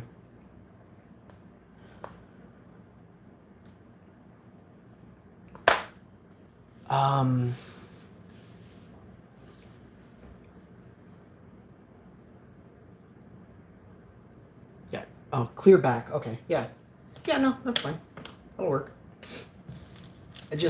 I wasn't sure. I know there is no central information repository on, thanks Mike, on the Slate. And every time I say something, I say, oh yeah, it's done. And then I go radio silent for 3 months and say, oh yeah, I totally reworked the Slate. Now it's done. So I know the information on this has been kind of hard to keep track of. And that was my intent to set straight with this stream. I am, with the help of a few people,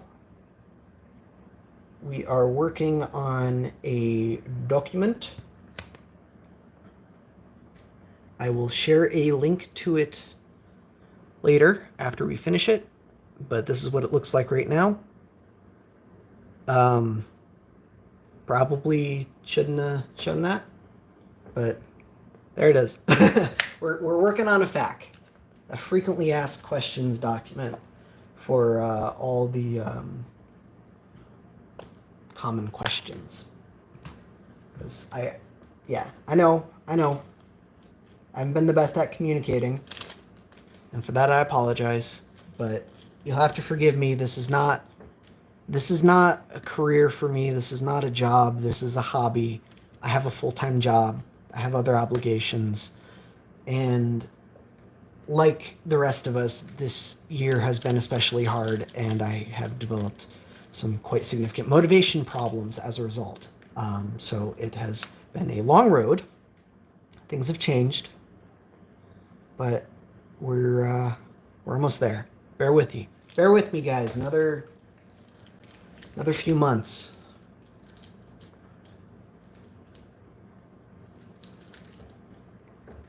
I guess let's talk about. So unfortunately, this is. Oh wow, this is an old model.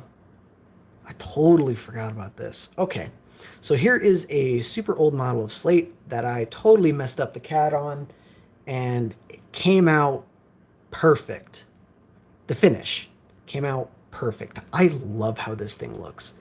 Unfortunately, I am an idiot and I messed up the CAD on it. So, Retro CNC cut it out exactly how I asked him to, and it was wrong because I told him, I gave him the wrong instructions. I threw out this model. I couldn't figure out how to salvage it. So this doesn't work, but man, I thought it was going to be so cool. I have some copper buttons I was going to throw in this thing, and I commissioned a custom lens for it. I'm still probably going to build it because it looks sick, but it won't be good for playing. Let me find. That's it.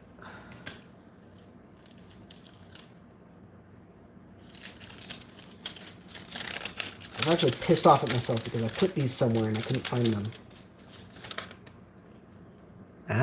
See what I'm getting at? Gold leaf, baby. I don't want to set that down because I don't want to scratch it or get it dirty, but yeah, gold leaf on matte green aluminum. Ooh, baby.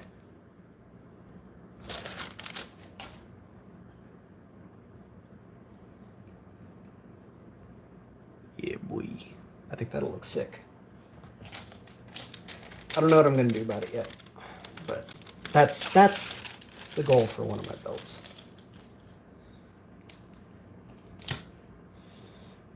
No, none of the samples I have. The only sample I have that might be the same as the final release is this one. Everything else that I have in front of me is made by a different by someone else. So the finish isn't representative of the final versions. Not to say that it's bad, it's just different. So this is the only one. Like, the colors and stuff will be different. I have another red one. Like, these have two totally different finishes. I really like how this one came out. I mean, obviously this is a super old revision, but this is what the finish is going to look like on the retail version. Oops.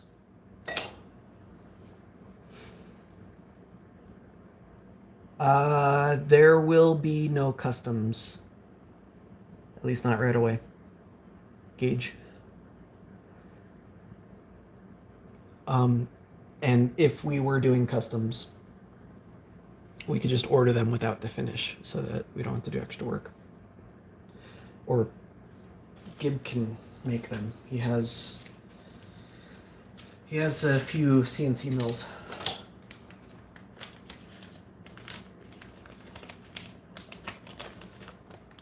Looks like the questions are starting to slow down. Did I miss anything? If so, please sound off. Otherwise, I think we're... I'm going to take a quick tea break. Yeah, we can strip the anodizing off. That's no problem. I was just saying for the purpose of customs, there's no point in ordering them anodized and then stripping it off. We could just order them raw.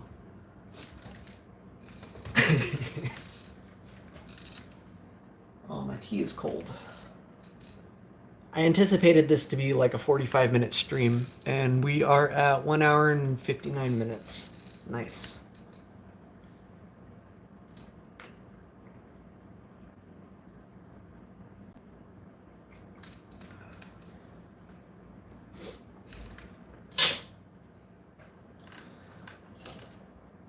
You guys have until I finish my tea.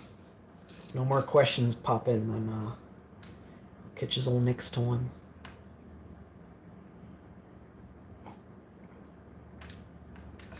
But to be fair, I do have a lot of tea.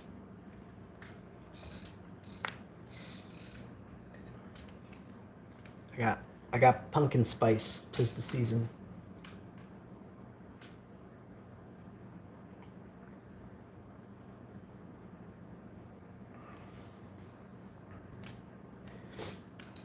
Nintendo Collector 55. Favorite GBA game? To be fair, I did intend this to be Slate Q&A, but since we're killing time for a few minutes anyway, I really like Advance Wars. But it's also a tie-up between a game I have literally sitting up on my desk, because I have spent more time in Pokemon, that game specifically even, than any other game on Game Boy Advance, or Game Boy for that matter. It's what I grew up with. It's probably what a lot of us grew up with, and it's probably what draws a lot of us into Game Boys. I like it, but since that question is usually what's your favorite game that's not Pokemon, my answer is Advance Wars. Fantastic game. I love it. I've been told it's pretty similar to like Fire Emblem, except your units, they can be killed, but they're temporary units for the level. So if your units get killed in that level, the next level you just get them back, because they're just generic like tank, not like hero characters or anything. But really fun game. I love it. I spent so much time in that game too. See, the key with strategy games, if you play games like me, is to play the AI only. Don't play multiplayer, because as it turns out, other people are way better at strategy games than I am, but I'm still good enough to beat the AI. So if I want to feel good about myself, I play single player only. Ricky Arnaz says, I don't want to pay over $60 just to get a special lens when I already have a ribbon kit from Funny Playing. Yeah, sorry, bud. I don't really have an answer for you. That sucks, and I feel for you. But it is what it is. If you can get your hands on a bare LCD, one of these 9380 ones, bare LCD not attached to a lens like this one, you can try making your own. I went over this earlier, but you can try making your own with one of those like Raspberry Pi lenses. It'll work. You'll see some of the screen around the bezel, because the bezel is too thin on that.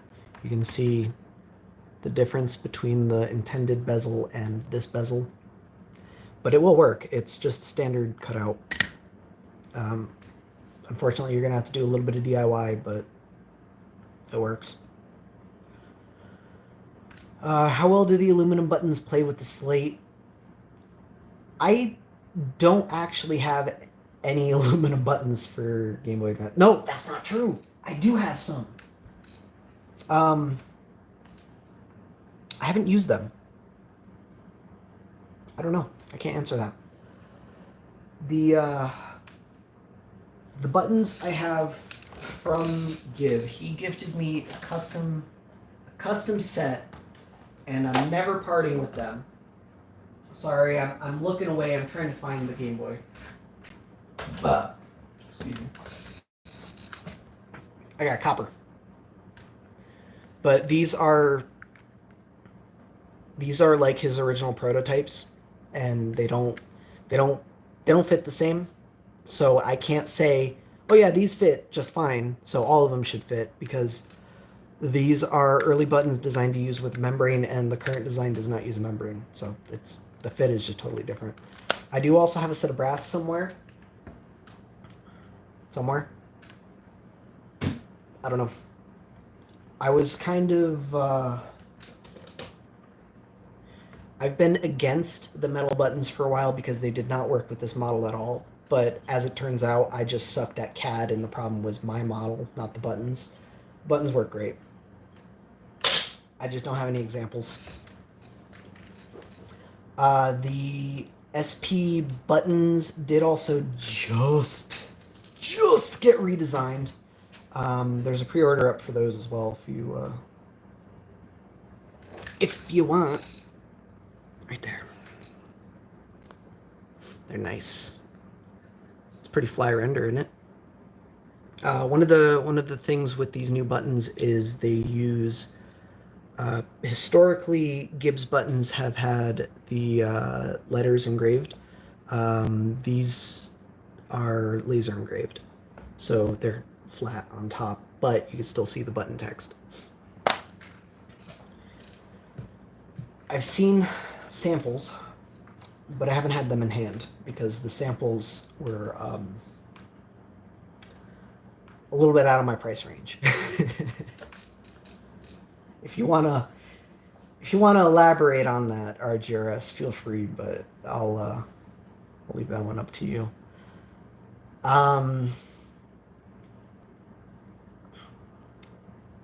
Any other major projects? Oh yeah, Gage, I've got tons of stuff in the pot right now, but I have learned from all the feedback that I've gotten over the Slate, most of it negative feedback, that I don't want to talk about my projects until they're done at this point. For the last year or so since I announced this thing, since I originally announced it, I have gotten constant messages from people asking for status updates and ETAs. And let me tell you, that is just about one of the most frustrating things when working on a project like this.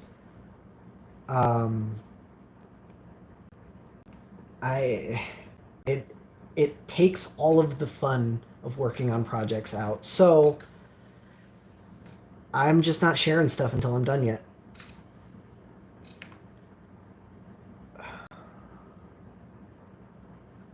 Yeah, I mean, I've got tons. You know what? I'll tease something. I'll give you guys a little sneak peek. Oh wait, no, I took it apart. That's no fun. Well, whatever. I just won't show you the back. You won't be able to tell that it's taken apart. I got something neat. It's totally assembled. Trust me. We will pretend that there's a back on it and everything. It's a work in progress. That's a very old model, too.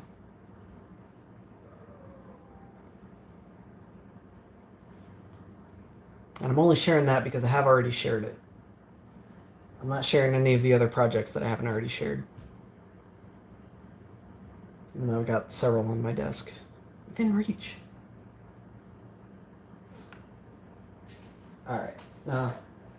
I'll give you another teaser. No, I won't. No, that's too much. Never mind. You'll just have to wait. No more secrets.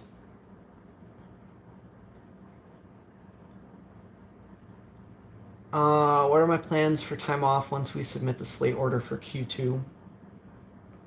This is what I do in my time off. That's why it took me a year to design this thing. I have a full-time job.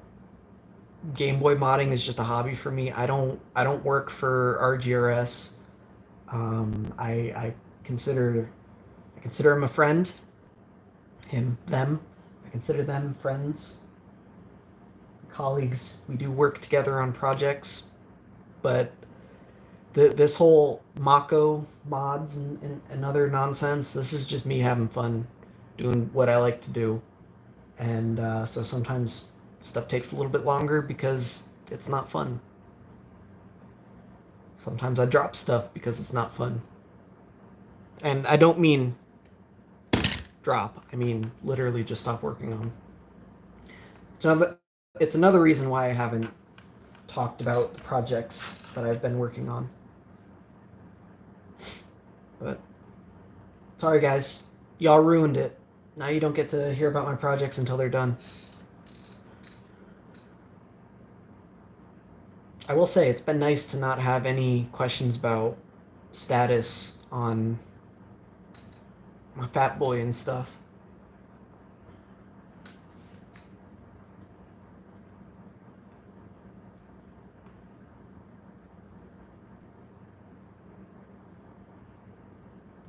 Nintendo Collector, you're good, dude. There's certain etiquette things that peeve me. You caught me at a bad time. I may have overreacted a little. For those that don't know what's going on, don't worry about it.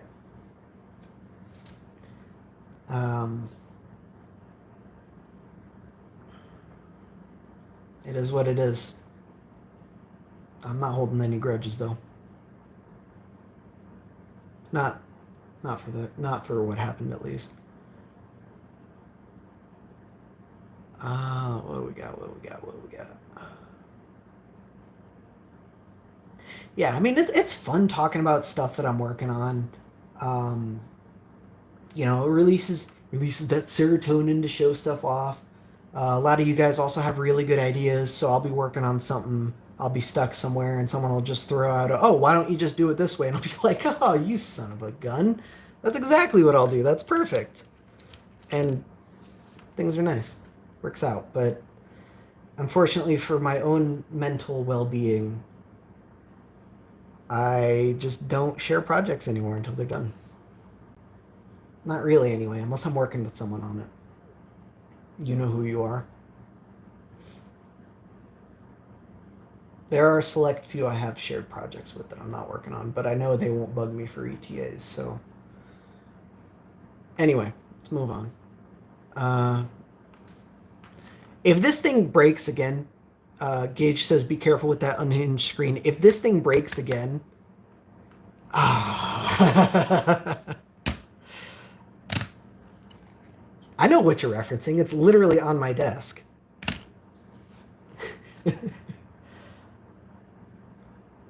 I would be very upset. I would tear it apart and redesign this stupid thing to not have that dumb problem.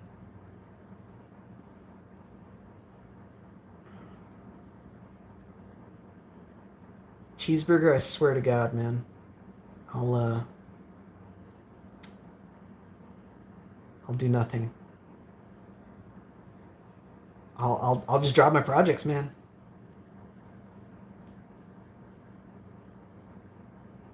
I don't know what screen it has in there.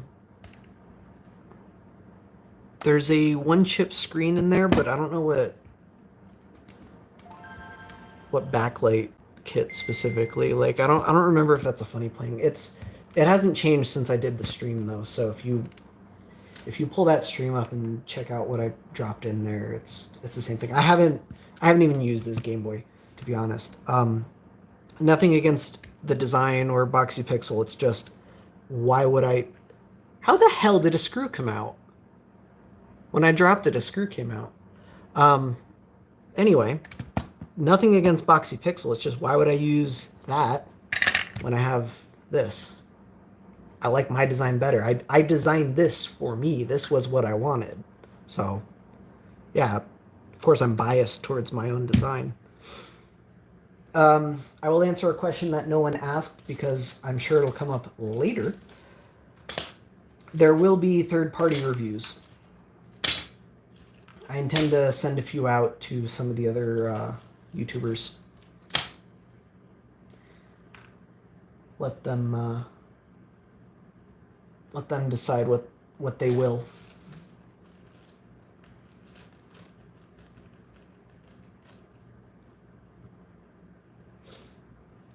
Yeah, realistically, most of my Game Boys, I use 2 Game Boys. I have probably over 100, but I use 2. This one,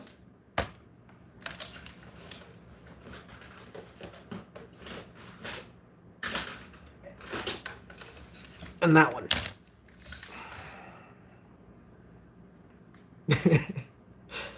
Any other Game Boys, they just live at my desk or 100. Don't make me count. Don't question it. Let's just go with it. It's probably more than that, and I don't want to have to come to terms with that. Like I've got some cool builds. If you don't mind me tooting my horn a little bit, this is one of my favorite builds, but I don't use this Game Boy. Like it's a cool build, but that's where it's at. What else is in here? Ooh. I also have that. Don't use it. If we're talking about consoles that I actually play,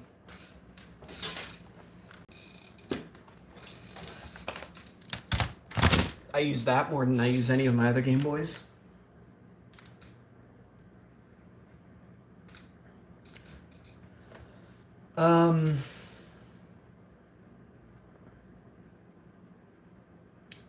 variety of YouTubers for reviews.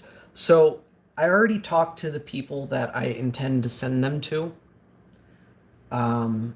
Or if not me directly, RGRS has talked to them. You know who you are.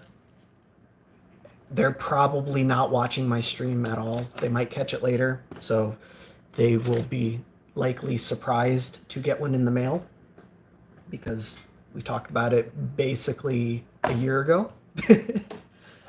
But I don't know, if something else comes up, there's a if you click on my channel, go to the About tab, there is an email listed there. You can email me and we can talk. If I don't respond, I apologize. I do get a lot of emails, and I tend not to respond to the ones that look like spam. But I don't know, if you feel like you deserve one for a review, we can chat about it. I mean, it's probably not going anywhere, but I promise I'll read your email.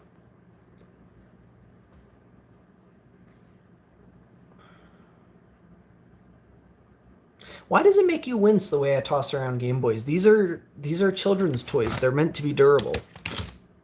If me dropping it 2 inches on a silicone mat is going to damage the Game Boy, then it's a bad design. You can quote me on that. Where did that screw even go? Is that it? Yeah, that looks like it. Watch me screw this thing in and it freaking cracks. Like, seriously though, I've been like I've brought up that I've had this specific Slate for almost a year now. I think I got it in January of 2020. So in a few days, it will have been a year. I have not been kind with this. I have been rough with this. I consider it stress testing. Yeah, there you go, Val. There's no damage to this. Like, the only damage is to the painted finish. If I were to sand this down and repaint it, you wouldn't even be able to tell that I have been using the bejesus out of it. Like, you can see, volume not so much, but the power, the area around the power is all worn down. The area around the D-pad and A and B is all worn down. There's this big old scratch right there. Some scratching here. Scratching all over the top. It's been good to me.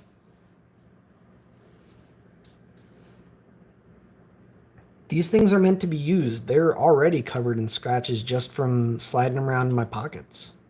Like, they're not gonna stay pristine, so I don't see any point. Like, if it's a shelf princess, which realistically that's exactly what this is, I'll be gentle with it. And I have been gentle with this one. Aside from the fact that I leave batteries in it. And I haven't told people about this, and I'm still kind of butthurt about it, but it is what it is. I left this on my desk and my cat puked on it, and it clouded the plastic after I cleaned it up. I'll have to get another one. But yeah, now that it's damaged, I'm free to do that.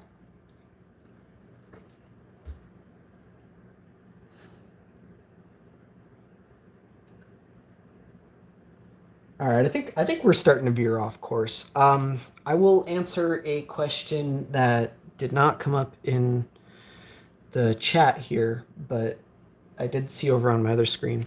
I got asked about these custom emblems. I did go over this earlier in the stream, but I suppose it's worth reiterating. These aren't happening. I wanted to. I was so stoked about it. Like, but you can see I even pushed it. Ooh, why is it saying I'm live? Have I not been live? Did it drop? I don't know. My stream seems fine. Okay, I'm just gonna continue. I'm gonna assume it's fine. The adhesive on these things sucks. So I was hoping it would be like an off-the-shelf design. I could here's the template, you submit it, you order it, you get these things, you stick them down, and it works. But the problem is the adhesive that it comes with just doesn't really work. The size of the material, these are laser engraved. So the size of the material, because of the laser engraving, it causes the piece to warp a little bit, and that just pulls up on the adhesive. So it'll stick down, but because the whole thing is warped, the edges end up curling up, and I think it looked bad, so I just dropped it. I was chatting with RGRS months ago at this point, and we did talk about getting custom ones made. I don't know what happened with that. I assume it's not happening.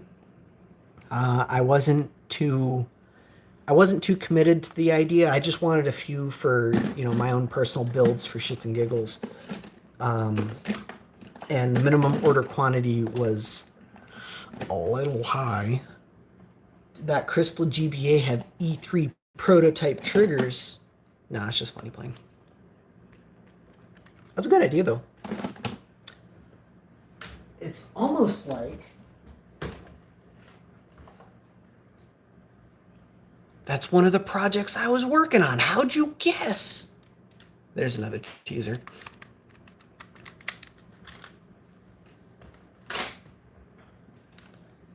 No, that one didn't, but that other Game Boy does.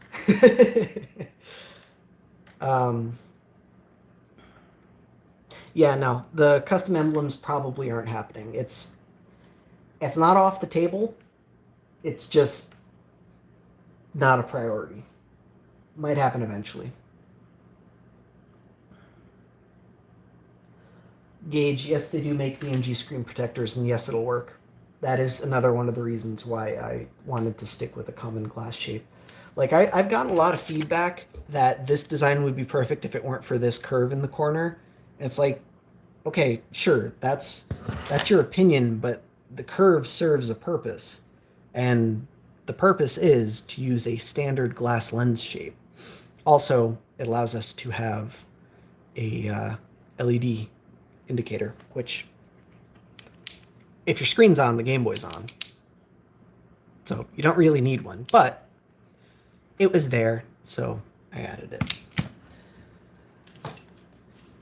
As an example, though, if there was not a curve, this is what it would look like, and I don't think it looks good. But there are also other reasons why I don't think this one looks good. But you'd see the LED is right about there where my thumb is. We'll flip that over, and you can see that goes right under the screen.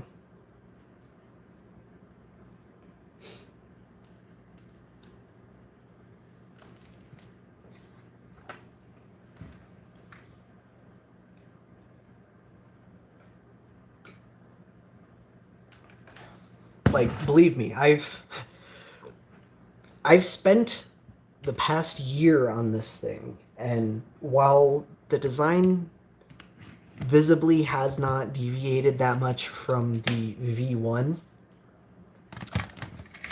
the V3, I have tried to think out, put thought into every single aspect of this design, and I've reworked the darn thing so many times.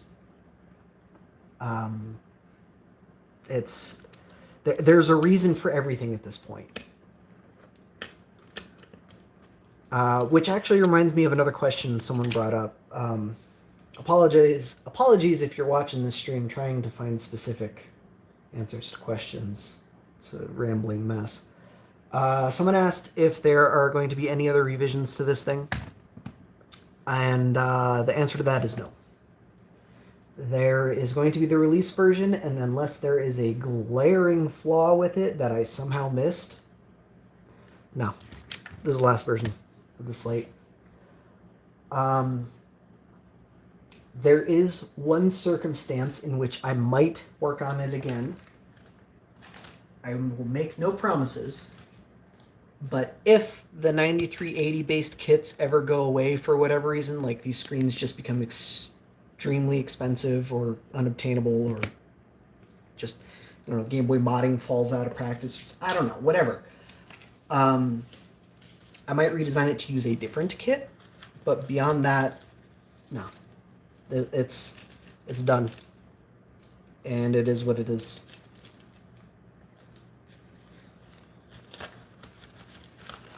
Oh god, the epoxy table. I was hoping that wouldn't come up. I saw that earlier on Instagram, I think it was.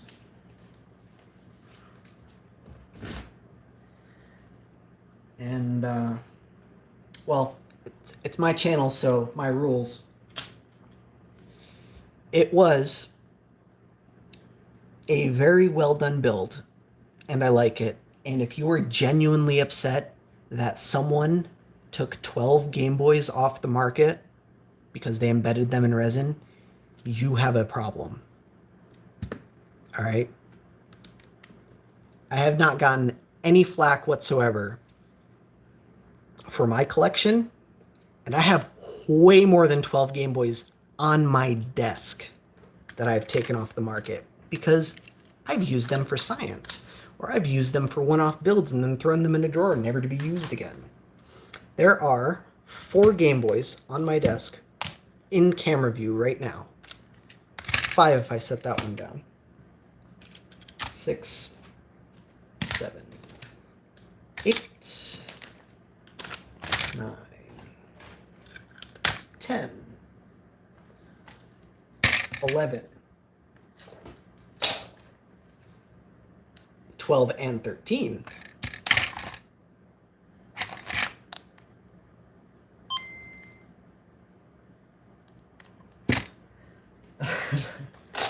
uh, 14 and 15. This is just my desk, guys. This isn't even the stuff that I have put away for collections. What was that? 15, 16. Here's 13. The rest of 13. 16, 17. I don't really want to count this. My point is, if you have a problem with what Logan Paul made, your problem is probably with Logan Paul, and not because he embedded 12 Game Boys in epoxy.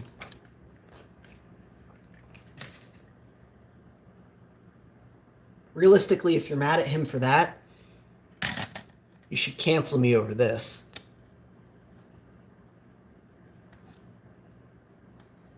It does still work, though, so.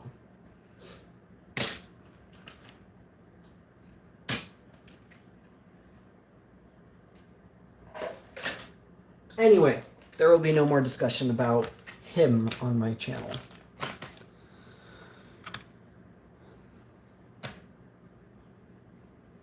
Oh, I gotta clean up this mess that I made. What the hell's wrong with me? Oh, well, I guess that's an excuse to actually clean my desk the proper way.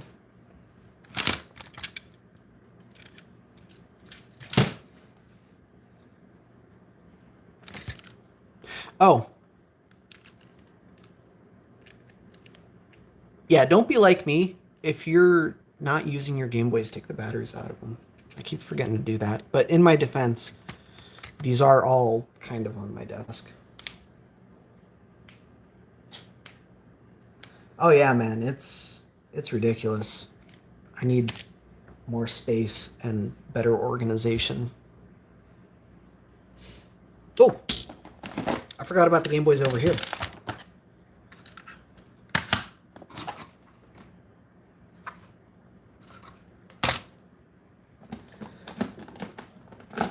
Plus the ones in my drawer. Got this weird ass Game Boy. Yeah, we'll be here all day.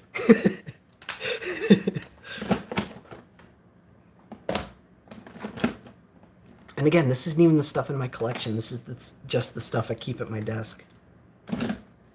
What do I think about the 3DS lineup? I probably wouldn't keep one at my desk if I didn't like them. Oh, wait, excuse me. 2.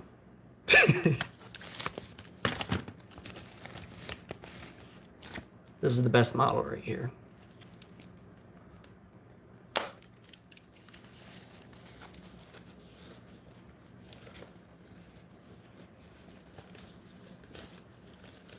There is a Vita HDMI out, like from the factory. It's called the PSTV. Plays all the same games once you mod it.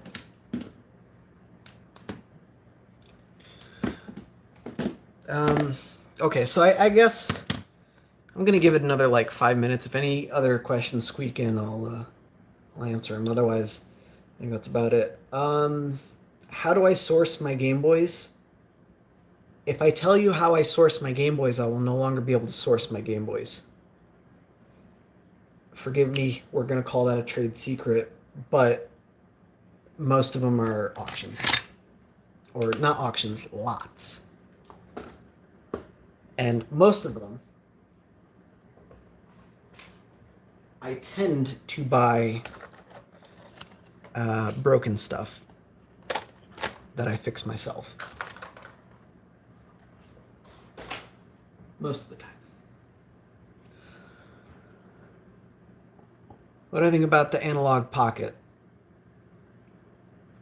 I don't really want to share my thoughts on that right now, but I will say that I have one on the way, and I will probably do an Instagram post or something when it arrives, and we're just gonna live stream my first impression with it. But I'll let you guys know ahead of time, like I did with this stream, so that if there's any specific questions you guys want me to investigate, if I need to do any prep work or anything, you know, let me know in advance. Like, hey, can you test it with this game? I can acquire that game so I can actually test it. Acquire, I say, but you all know exactly what I'm talking about when I say acquire. Which I read that it's actually not compatible with some. Some are not compatible with some flash cards. But the specific pocket I have on the way is on loan. We'll tear it down. I asked permission. I got permission. So we can tear it down. We'll go through my initial thoughts, or my first impressions. Oops. Oh, good, that was off screen. Okay. I don't know. It'll be good. Well, I'll let you guys know. That's a ways off. I don't know when that's happening because it's not my pocket.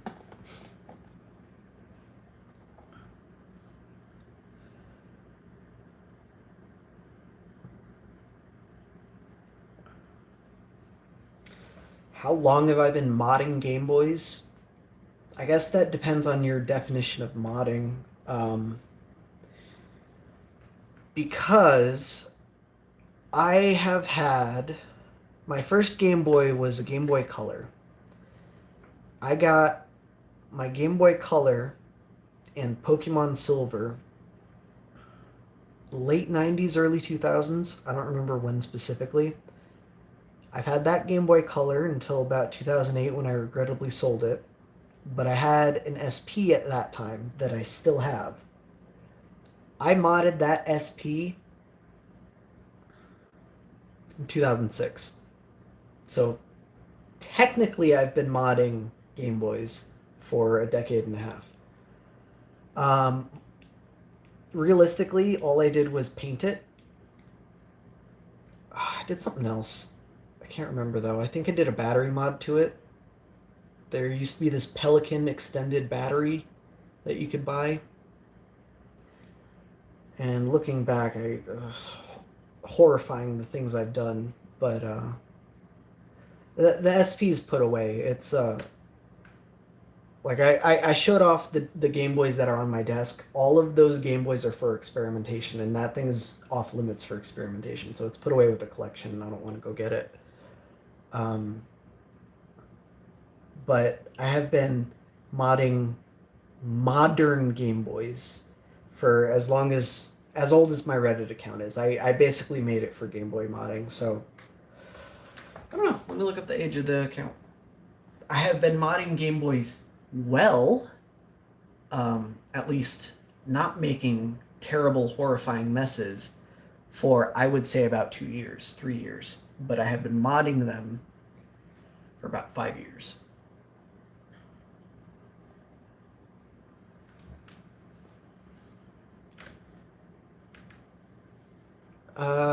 Ooh, Meowstick. Do I have something for you? Let me find it. I got something like this.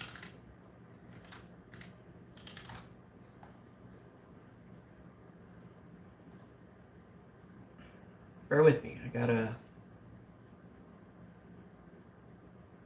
gotta remember where it is, then I gotta remember what it's called, and then I gotta find it.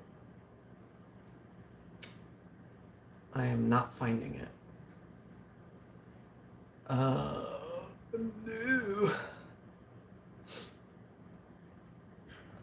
If anyone has HDR's 3DS thing, feel free to link it.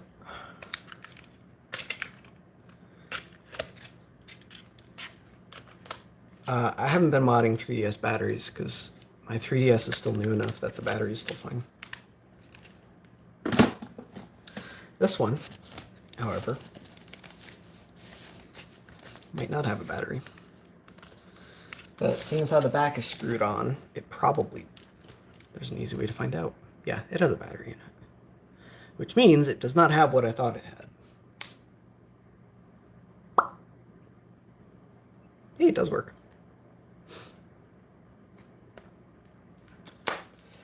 There is a battery mod for these things already. The 3DS, the new 3DS specifically. HDR made it, works great. I would link it if I could remember where he uploaded it or what he called it. I think it's on his GitHub, but he's got like 100 repositories and I don't really feel like scrolling through it during the stream, so sorry. I'll have to link it later. Link it later. Where'd my other 3DS go? There it is.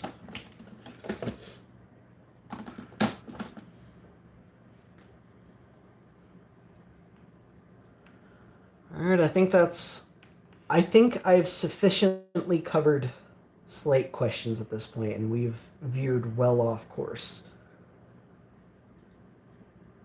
So, if that's it, I think that's it. Yeah, now we're looping back. Israel says, do you have Game Boys you actually play all the time? And yeah, I mentioned that before I started rambling about Logan Paul. I do actually play these two. I don't play Game Boy itself specifically that much. Will we ever see PSP mods on the chip? God, no. PSPs are awful consoles. You can quote me on that. And you know what the worst part is? If you look at my videos and sort them by most popular, a PSP mod will be the top video by a significant margin. Realistically, if you have Stockholm Syndrome and you must mess around with PSP stuff, hey, there you go, Mike. Wait, no, that's not it. If you're really convinced that you want to stick with your Stockholm Syndrome and you insist that you must play PSP games, do yourself a favor, buy yourself one of these. You're going to have a much better experience with a PS Vita than you ever will with any PSP. The battery design is just... It's defective by design, and there's no good way to fix it. I have had some ideas, but like I said, I don't want to mess around with PSPs.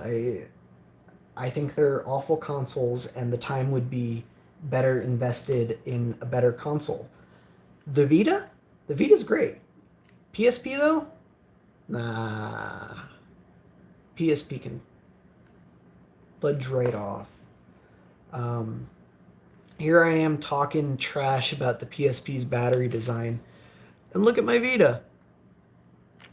Dead. Go figure. Though, to be fair, I probably did leave it on. Last time I remember using it was when I was filming content for that Ionia video.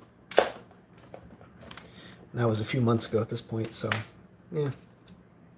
Nah, the PSP is not great. It's an awful console. The Vita is great.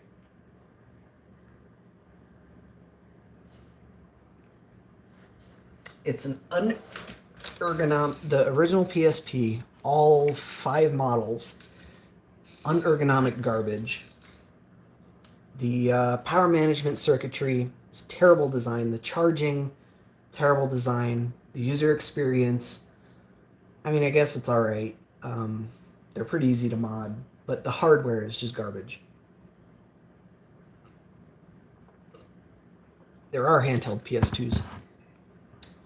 Search AliExpress. Don't buy them because they're horribly built, but they exist. I think Shank Mods has a good video on why you shouldn't buy those. Or if not a video, a thread on BitBuilt. Demon 20 Child, what a wonderful question. I have a model on Thingiverse that you can download for your Game Boy Micro and just get it printed. It'll probably run you about $20, all said and done. The model itself is going to be like 10 to 15 bucks to print, but that's not counting shipping and handling. It does work. I have a video on it. I haven't done a follow-up, but let me put it this way. This is the OEM frame that I took out of one of my micros, and I don't know which micro the printed frame is in. They all feel the same. It works fine. They're cheap. It's good. This one I did at Shapeways. It came out pretty good, but this particular model wasn't fixed at the time. This particular model does have a few issues, I think. Or does it? I don't remember which one this is. I see clearance, so this might be the fixed one. Never mind. I don't know. But it's fixed now, so PCBWay is good for prints. They probably won't print that model, though. Shapeways will print it. It'll work just fine. I highly recommend the SLS nylon. Might even spend a little bit extra for the glass fiber reinforcement. Did I already say PCBWay? If so, JLC PCB also does 3D prints. They're pretty good, but their system is very beta and very wonky. What's up with the texture? It's just how the nylon is. I don't know. This is the same material. This slate and this frame. It gives off this like gray texture on the outside, but if you wear it down, it turns black. Like you can see this one looks all gray, except for the areas that I cut into it. It's nice and black. So if you were to sand it down, it would clean up. Is it charged enough? Nope, it's still not charged. Oh, yeah.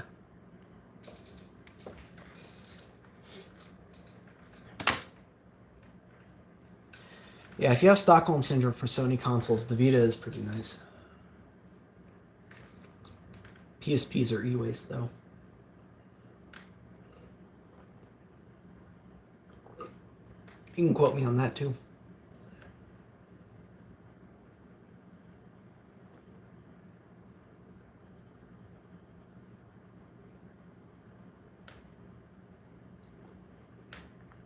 Merrick, yeah, they do make transparent Game Boy Advance shells. I think they're currently out of stock, but they make one because I have one. This is the original mirror clear funny playing 9380 shell. And they also have, this is the brand new one that I haven't gotten to yet. But this is the ITA one. It's not mirror clear though, unfortunately.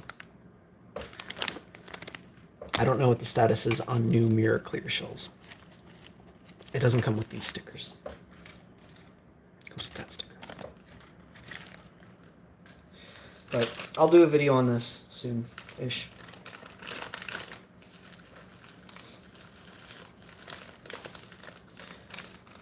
I don't know how it was in that bag. I can't get it back in.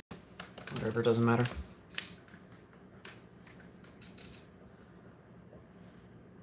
Alright, guys. We're nearing on 3 hours. I gotta get out of here. I have very important business to attend to. I have new games I haven't played. If any other questions come up and they aren't... If you're... Nah, that's... I don't know how to word that. What are we talking about, Virtual Boy? You distracted me. Are we talking about Virtual Boy? Wait, how do I not have it on my desk? It was literally jammed in the Game Boy Color that I already showed off. Fudge. Oh, there it is. You talking shit about the Virtual Boy?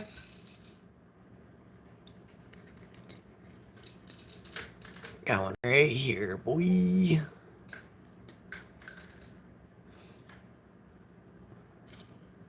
I have no idea what I'm gonna do with this thing. But it does technically work.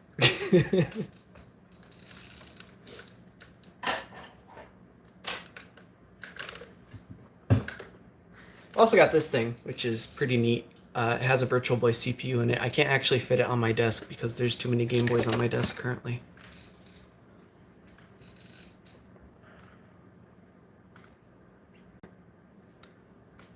They use Virtual Boy hardware to build these things. Because apparently the Virtual Boy is their biggest flop ever, yet they made so much hardware for it, so they had so much leftovers. Anyway.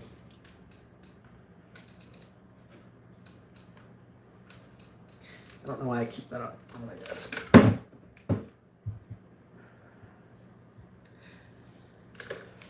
Alright, gents.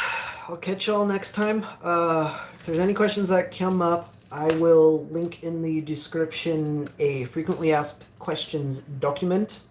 I showed it off earlier, but it's not done yet, so I'm not going to link it yet.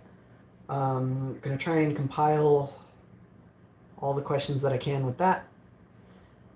If there's something that document or this stream doesn't cover, feel free to shoot a comment. I will reply when I can. Otherwise, you know everything I know at this point. I think. I don't know what you don't know. I don't know what has and has not been shared. So if there's something that I think is common sense and you guys have no idea, feel free to let me know. Yeah.